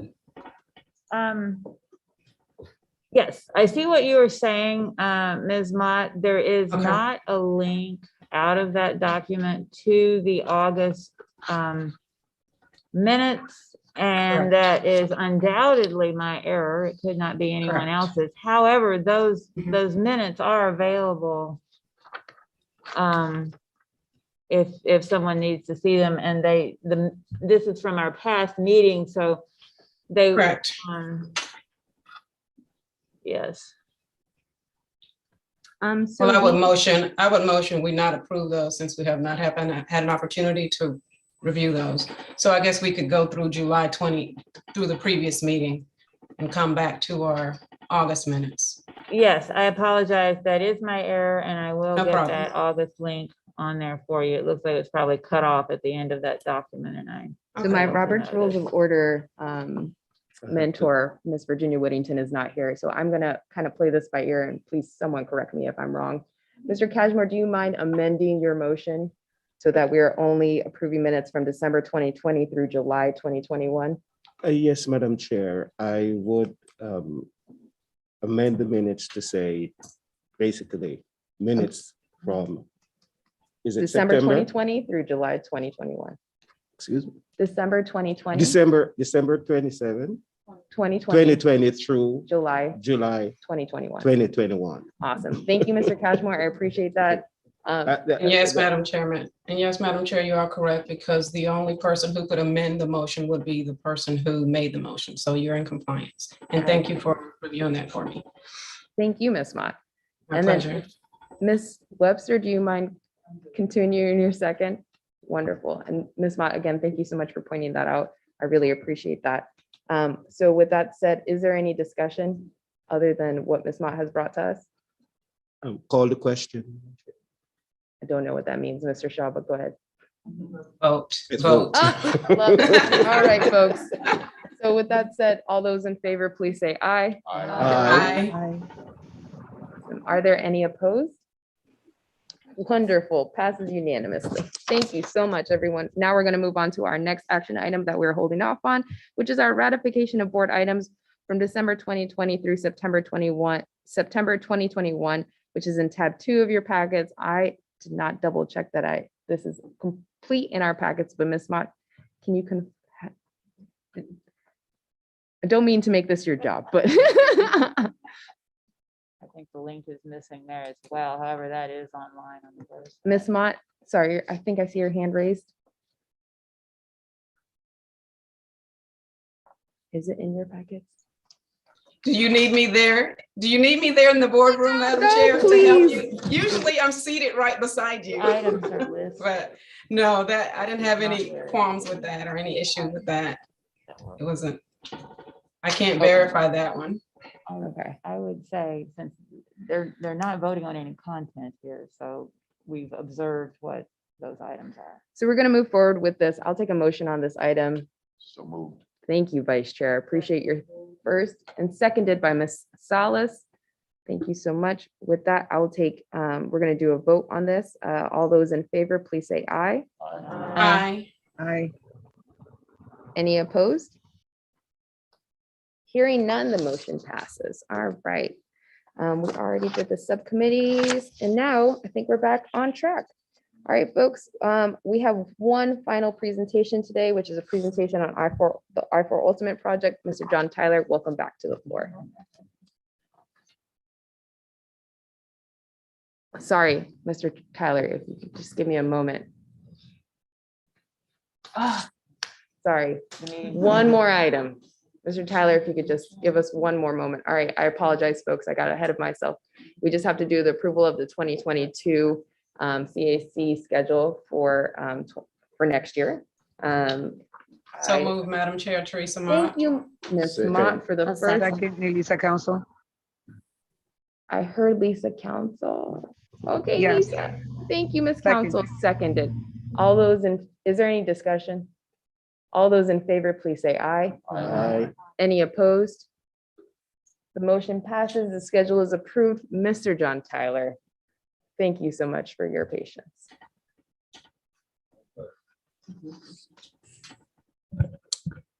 Good morning again. Thank you, Madam Chairwoman, and members of the committee. Very excited to be here today to also talk about an update on where we are with I4 Ultimate. So I gave this presentation to the board last month, and very much appreciate being able to come back and to present to each of the committees this same information. Next slide, please. So for those that don't know, here we are at the end. I'll tell you, where we started. The I4 Ultimate is a 21-mile complete reconstruction of I4. It's the first major reconstruction since it was originally built back in the 60s. It's a complete reconstruction of all the existing lanes and 15 major interchanges along the corridor, bringing it up to current standards, dramatically improving safety. And in addition, we'll be constructing 4 additional express lanes, 2 in each direction in the median of I4 throughout the limits. Next slide, please. So this is the typical section that you can actually see it when you're driving along the corridor today. The express lanes are not open yet, but they are there in the median, barrier separated from the general use lanes. Next slide, please. So earlier this year, or actually at the very end of last year, 2020, we achieved our general use lane completion milestone, which was putting all of the general use lanes into their final configuration, opening up all the general use lane ramps to those 15 major interchanges, getting them open to traffic. That milestone alone represented over 90% of the project being complete. If you've been driving on the corridor, it was a dramatic improvement, and a lot of folks are enjoying the new facility. So again, we achieved that right at the tail end of last year. Since then, we've been working on completing what we call the friction course, the final pavement markings, restoring the cross streets along the corridor, installing landscaping and aesthetics, and we are on track to achieve what we call substantial completion by the end of this year, with final acceptance coming this spring. Next slide, please. So a big portion of what remains in 2021 is the express lane progress. And when I gave this slide a month ago, a lot of these statistics are, just a little bit even that much better. So we're over 90% complete on the express lanes. Actually, all 9 of the toll buildings are now on site. You can see those toll buildings out there. The toll gantries are going up. You might even see some very unique vehicles with large numbers on their sides actually driving underneath the toll gantries. They're actually doing testing of the systems to make sure that the vehicles are being picked up. So that once all of the toll equipment installation is complete, then we will move into a testing and integration phase. That's a joint effort between Florida's Turnpike, District 5, as well as the concessionaire. And we've got a lot to integrate. It's a 21-mile stretch of the interstate with express lanes, direct ramps, slip ramps, and all of the different cameras and dynamic message signs and all of the toll systems all have to work together. So we're going to spend the remaining months of 2021 doing that integration testing. And we are expecting to open the express lanes early next year. Next slide, please.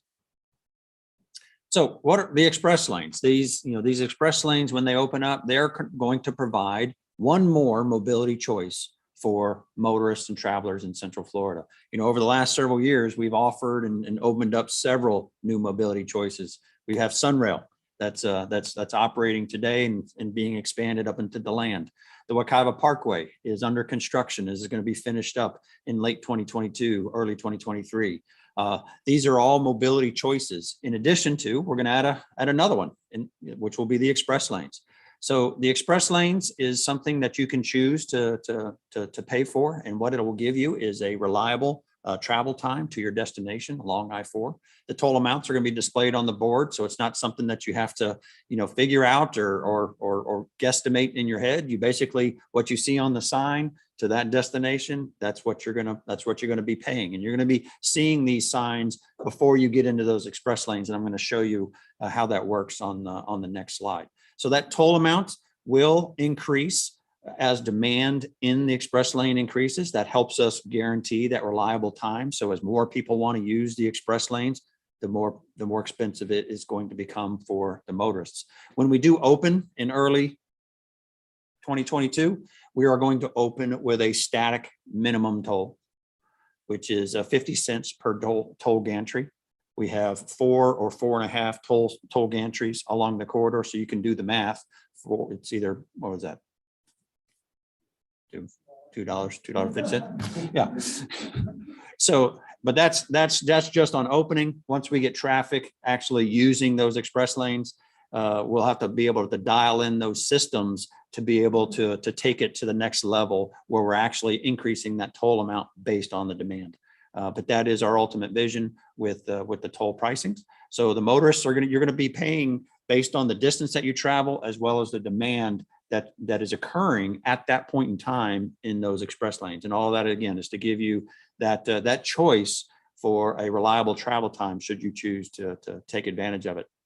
But every person that uses the express lanes does provide a benefit to the general use lanes. Because if you think about it, there's one less car in the general use lanes for every car that goes into the express lanes. And we've seen that benefit around the state in the other systems that we have opened up and operated with express lanes, particularly down in South Florida. So this slide shows you what I was talking about. You're going to be presented with that toll amount on 2 occasions before you enter into the express lane system. So you'll have 2 opportunities to decide if what that toll amount is and if you're going to choose to take it.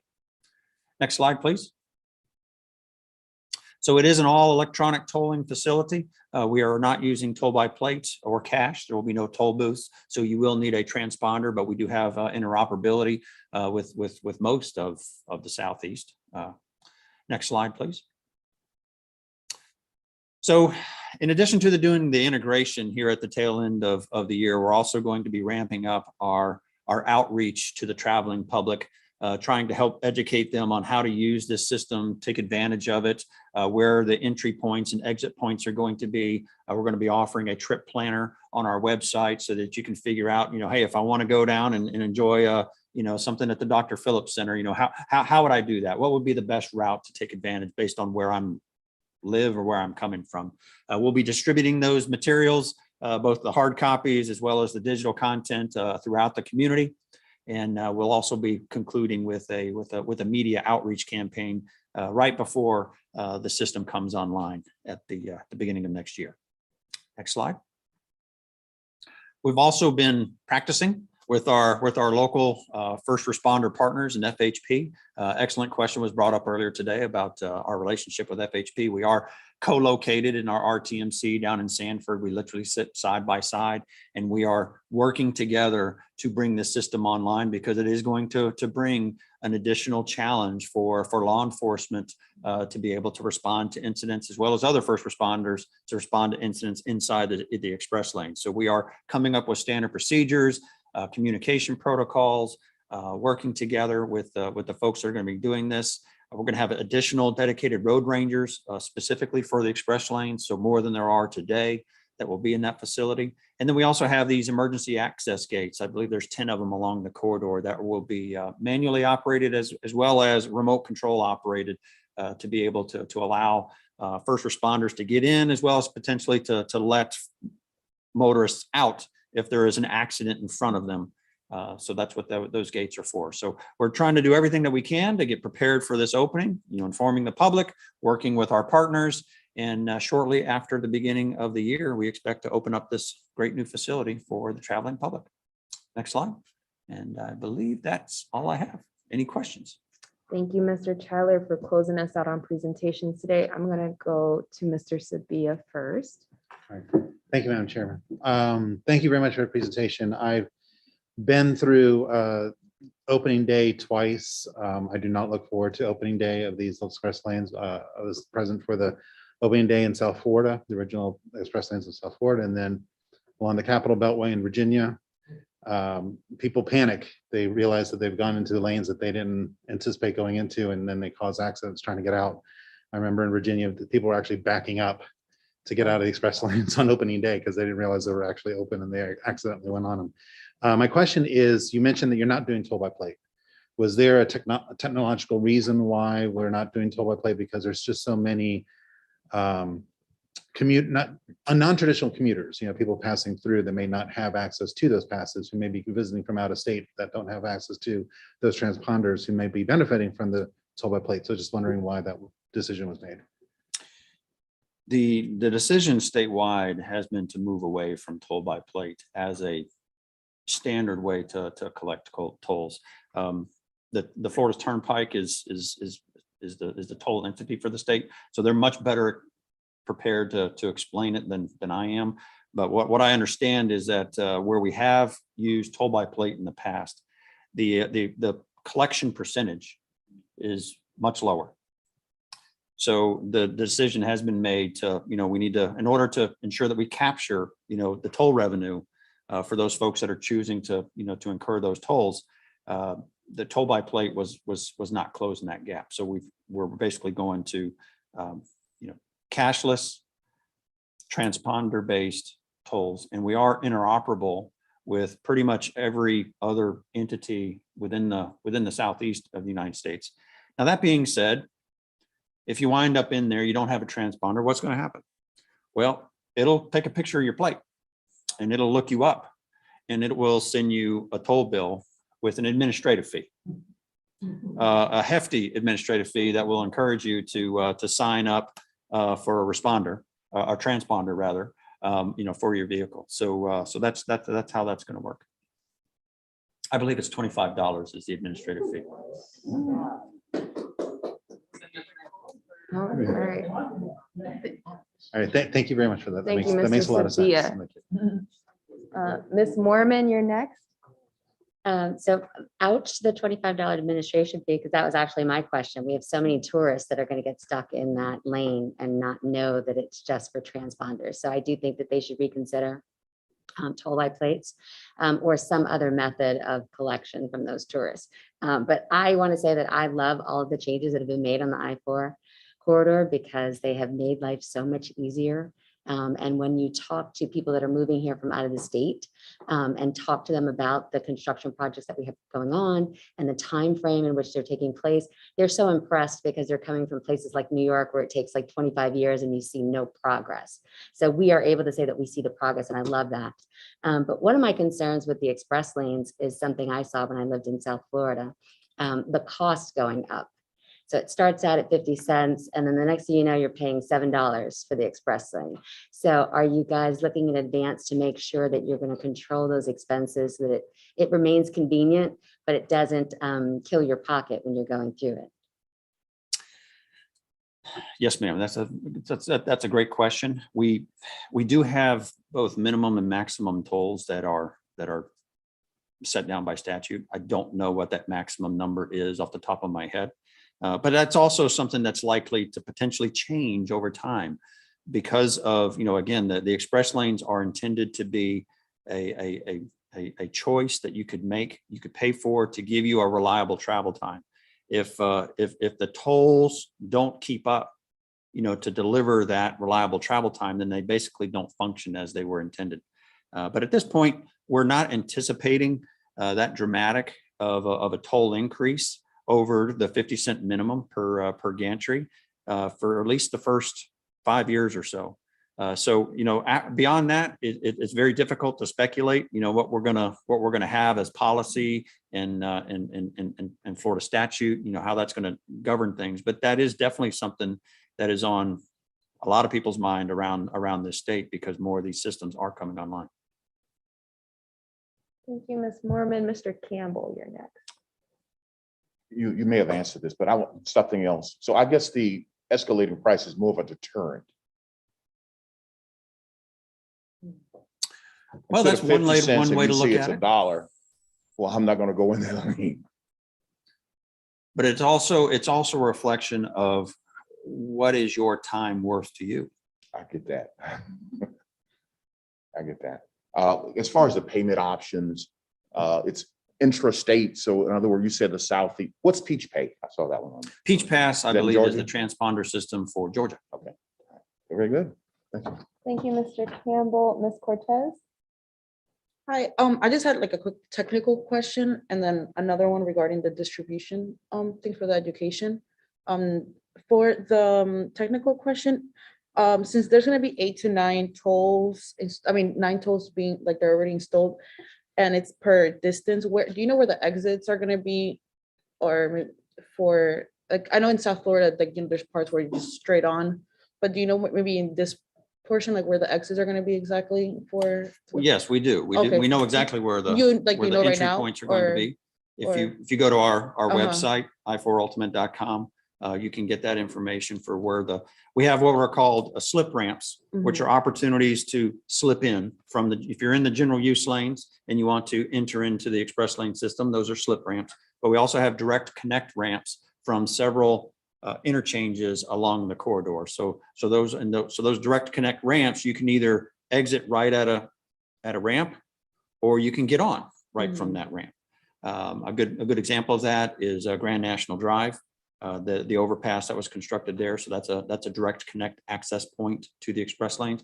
But all of that information is going to be part of our public outreach when we're later this year. Mhm. And again, it's on our website, and that's really the fundamental Yeah. purpose of our trip planner, Mhm. is so that people can understand, how do I get in it? When is it going to be advantageous to me? If I'm only going 1 or 2, exits, it may not be of any use to me at all. But that's what the trip planning tools is all about. And I guess that was my second question, like all the information that you guys are gonna give out later on, like that's all gonna be in the website? Because I Yes, definitely want to share. yes, we have a website that we've used for the last 7 years of construction, Mhm. i4ultimate.com. That's going to be transitioning to basically a new system that will be oriented towards using this facility. Mhm. And you can still go to i4ultimate.com. I think it's gonna have a new name. I can't remember if we've actually decided on that new name, but even if you go to i4ultimate.com, it'll redirect you for a couple of years. Thank you. Thank you, Ms. Cortez. Mr. Pickram? John, you made a kind of a subjective comment at the beginning about how the opening of the general use lanes has already kind of helped things. And I think everyone here at the table would emotionally agree with that. It feels better. Do we have any objective numbers? Like, we've saved this much travel time than if we had done nothing. And that equates to $100 million in economic value because of the lack of delays that we would have had if we had did nothing. Do we have any objective? Because for us, I know when people talk to me about spending public dollars, it helps to be able to say, well, this is the value it's already added, and it just opened. That's a great point, and I don't believe that we actually have that information just yet. We did have some objective evidence earlier on in the project. In some of our presentations, you may have heard that during construction, travel time actually increased in one of the directions. I think it was in the eastbound direction. It actually increased compared to before construction started. And in the westbound direction, it was only slightly less. But we have not rerun those numbers since we have opened up the general use lanes. And I think one of the reasons why, because I'm asking, that's a great question. It's a great thing to look into. Why haven't we done that already? And so I'm thinking through my mind, and we're installing the final devices that are going to measure the traffic, and so all of that's happening right now. So if I went back to my team and said, hey, what's the travel time right now? They'd say, Mr. Tyler, we're still putting up stuff. But we will look into that information. That's great. Great thought. Thank you. And my last one is kind of following up on the costs pieces that my fellow members have talked about. I know I understand as part of the contract that was written 8 years ago, and that there's statute limitations on minimum maximum costs. But similar to how we as the public are supposed to report when price gouging happens during hurricanes and major events, what controls are in place? Because I understand the revenue, the toll revenue is paying back the vendor for the next 40 years. If a semi-truck jackknifes and the general use lanes are completely blocked, which I think happened recently in the last month, what controls are in place to make sure now that everyone's going to choose the express lane, that there isn't a $10 price gouge because they're like, oh, people have no other choice, so we're going to gouge them. The toll price is set by the department. Okay. Not the concessionaire. Okay. So in our RTMC there in Sanford, we will be making those decisions, especially if there's an incident and we want to use the express lanes as a detour route around a major incident that's happening in the general use lanes. We have the ability to turn the system off. Okay. Turn off the tolls and open up the gates and work with our first responder partners, to set up a way around. But the toll pricing and the toll collections is all done by the state of Florida. Okay. I actually just had one final question. Mr. Sabi, are you? Thank you, Madam Chair. I would love to add on to Mr. Pilgrim's first question. As you're thinking about the numbers of putting together, thinking about, travel times, if you can also think about safety results as well, if there's a decrease in accidents, a decrease in fatalities. I know part of the ultimate I4 project was to smooth out trouble spots like the bend near Fairbanks and Ivanhoe, in front of Calvary Assembly Church there, where there was, horrible accidents all the time. So I'd love to also know not only results on travel time and but safety as well. Absolutely. Thank you. So maybe my question kind of piggybacks on this. How do you guys all decide on the punch? Like who contributes to the punch list that you guys will be going through and identifying in Q1 next year? Is that just your engineers? Like as a driver on I4, if I notice something like there's a big dark spot right now at Colonial, the I4 interchange at Colonial, there's an island that is completely dark. There's now 4 cones sitting on it to tell people that it exists, so they stop hitting it. Is that part of the punch list? Well, I certainly hope so. So members of the public can always report roadway conditions to the department, and if it finds its way to the I4 team as part of the punch list, then great. There's a lot of people, a lot of entities that are involved in the punch list process. So the concessionaire has an independent engineer that they've hired. So it starts with them, but it doesn't end with them.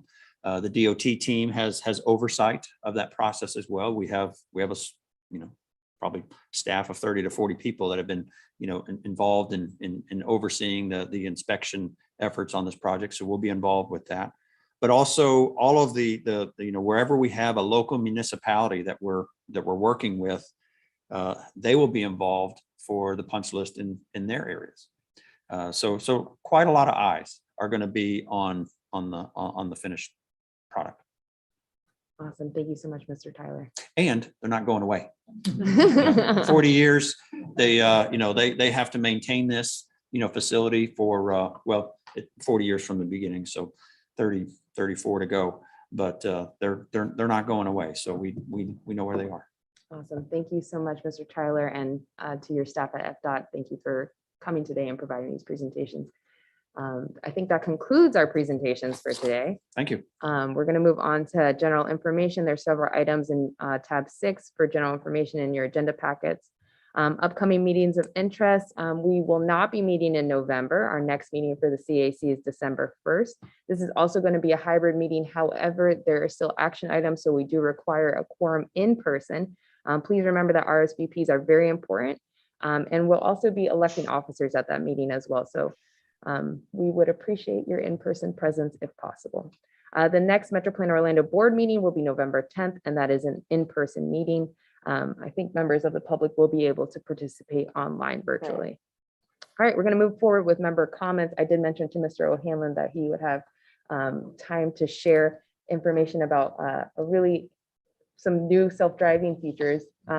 Before that, if there are brief member comments ahead of that, I would like to make time for Mr. O'Hanlon.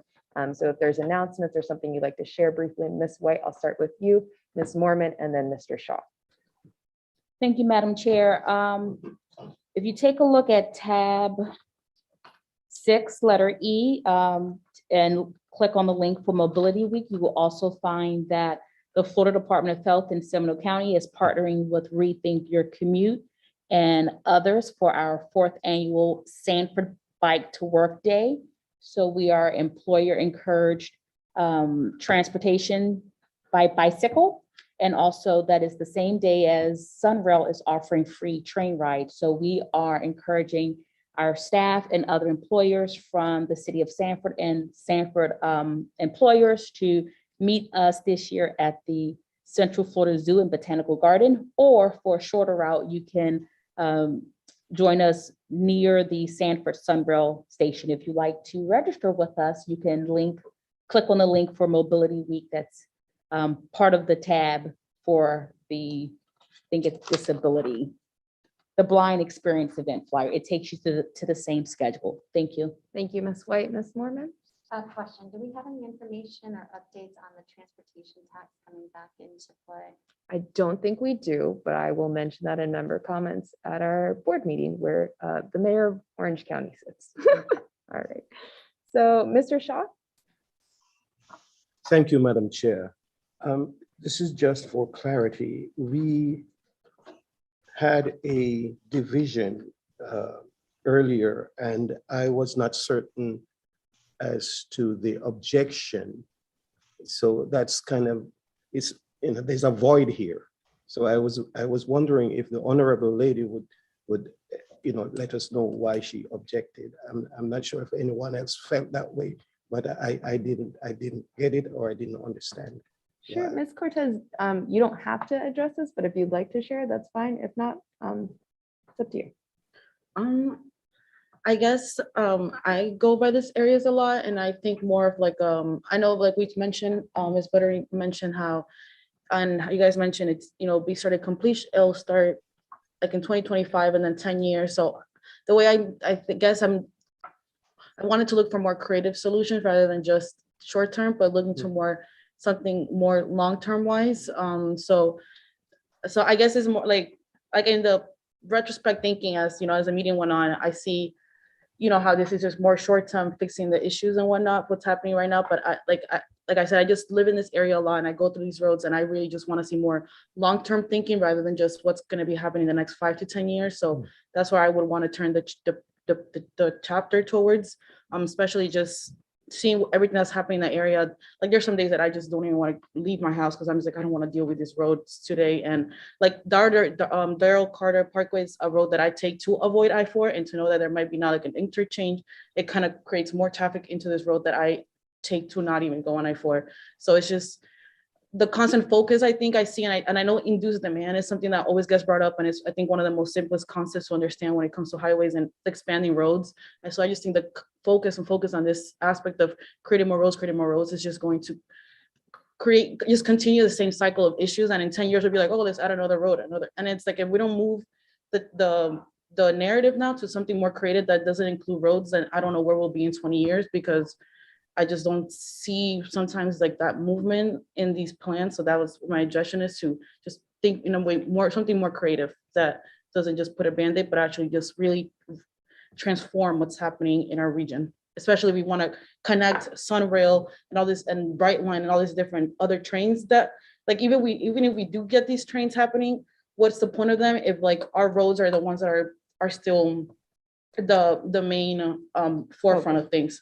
So that's just where I'm looking at things. Thank you, Ms. Cortez. Thank you very much. And the reason I ask is because I believe in fairness in terms of expatiating your feelings so that it could be on the record. Mr. Shaw, I appreciate the opportunity for Ms. Cortez to share. Thank you. Thank you. All right, with that said, Mr. or Kenya? All right.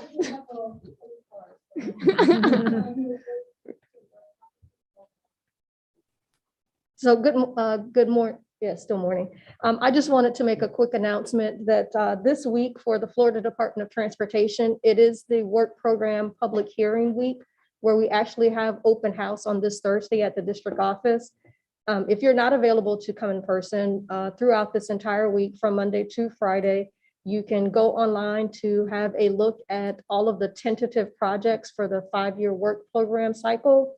You're able to make comments and ask questions. The Thursday open house will actually have staff on hand at the district office in DeLand to also take those questions. There's interactive maps that are available as well. So I just wanted to make that comment. Thank you. Virginia, before you unmute your, or before you mute your microphone, can you share again where the district office is located? Yes, in DeLand, the physical address is 719 South Woodland Boulevard in DeLand. And you could always, if you're not able to go in person, the work program site, I believe it's d5wpph.com. That's D, the letter D, the number 5 for District 5, WPPH, Work Program Public Hearing.com. Thank you. Could this- Sorry, very briefly, Ms. Webster and then Mr. Pigram and then Mr. O'Hanlon. I just have a quick question relating to that. Yes.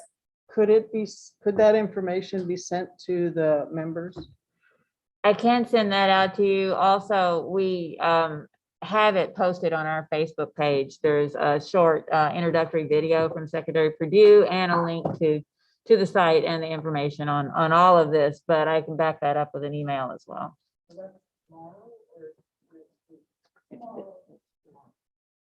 Thank you for all of those clarifications. Mr. Pigram. As a multimodal advocate for the committee, I'd be remiss if I didn't say this, but I don't think this is a task of DOT, but following up on that I4 project, not only did it solve a number of infrastructure capacity roadway needs, but there's also a significant number of bike bridges and ped bridges that were built near 414 as a massive structure and Gertrude's Walk. And I'd be remiss if maybe it's a Metro Plan task force. I don't know specifically what entity. I think there's an objective gain there as well, not just a subjective, where I think traditionally people like to live near trails and that adds economic value, which goes back into the market. Like it'd be great in order to help draw more funding towards bike and ped projects if we could objectively figure out, this many more apartments have been built near the trail, and now we can reinvest that type of economic value into more trails and more bridges. And I think there's an opportunity there with the amount of the investment the DOT partners have made to accommodate those changes. Great point, Mr. Pigram. I'm not sure who's would be responsible for that, but we'd love to see Metro Plan takes on something like that with partners. I think the last time we talked about something like this was some elements of marketing has to happen and trying to dovetail with all the milestones that we've reached, because I think everybody here is saying marketing. And as well as the fact that I think I hear from people out in the world that they're like, when is this going to end? Where is this going to end? So there needs to be a lot more communication and showing of progress and milestones for everybody, I think, is the big takeaway. Awesome. I think we've heard several times during this meeting that this board and several folks in Central Florida, the study just showed that lots of folks in Central Florida would like to see more transit bike ped facilities funded and moving forward. So thank you for bringing that up one more time, Mr. Pigram. All right, Mr. O'Hanlon, it is time. We'd love to hear your report. I'll try and keep this brief. I've been involved in transportation for almost 40 years, to the depths of levels of actually signing the physical bonds that funded some of these roads. I've been involved in putting together future plans forever and then watching those future plans come to fruition. I am one of a few thousand very select individuals that drive the most advanced driving machine that's ever been created. I don't have an internet garage door opener. I had to take the car out of the garage. And then I said, drive me to Metro Plan. And then I didn't trust the car to make the turn into the parking lot and actually drive through the parking lot. So I parked the car myself. Okay. This technology is going to be advanced to every 2 weeks. There's 2,000 or 3,000 more people who will get this technology to help Elon program these cars. I cannot fathom that within a year that I'm driving an advanced beta version. It's not perfect. And I have the facilities when it does something that's not optimal or correct to send a video to California. So the next version that comes out in 2 weeks may fix that, or it may take a few more iterations to fix that problem. But I cannot imagine that within a year, it's no longer beta, it's available to everybody. Elon has determined that this technology will save so many lives that it will not be restricted to Teslas. He will license it to everyone else. You just can't even fathom the changes that are coming. They're already here, okay? And you've noticed that I have been I'm not against public transportation. I'm against investing in any ICE vehicle or anything to support any ICE, internal combustion engine vehicle, period, okay? Because the public transportation is just going to be, you just whip this out and just jump into the next car. There's going to be nothing that can compete with quote unquote, what Elon calls his Tesla robo-taxis. I don't care if you got a bus, you got a train, it doesn't matter what it is. This frees everybody. It's such an unbelievable equalizer. You can get transportation wherever you want to go, and it's going to be almost free because these cars and the technology and electricity basically is so cheap. So we're planning the future. I've been watching the future. I've paid for the future, and the future is going to change so radically in the next few years, you can't even imagine it. I hope I was here for the next 50 years. Oh, yeah. Thank you, Mr. O'Hanlon. We really appreciate that. We look forward to future updates on what's going on with your self-driving car. All right, with that said, I just want to thank everyone today. Thank you so much. We have officially hit quorum. We've ratified a bunch of stuff. We approved a lot of minutes. Thank you, thank you, thank you. And I also want to thank the folks that are serving on the subcommittee for selection for our next vice chair and chair. If you're interested in those leadership positions, again, please tell Mary Ann. And then finally, Mobility Week. Like Ms. White mentioned, there is a list of events that are up on the FDOT website. With that said, if there are we just need to do public comment, and if there are any members of the public that wish to comment and are joining us virtually, please raise your hand or use *9 on your phone keypad. We'll send you a prompt to unmute your mic. If you are, after you're recognized, please state your name and address for the record. Limit your comments to 2 minutes or less. Kathy, do we have anyone joining us virtually that would like to make public comment? No, there are no comments, raised hands on the virtual side. Thank you. And we only have FDOT folks in the audience, so I'm going to assume there are no public comments in person. With that said, at this time, there is no further business. We stand adjourned. See you all in December. Great meeting, Madam Chairman. They're fine. Bye, everybody. Thank you, everyone. Thank Bye. you. Great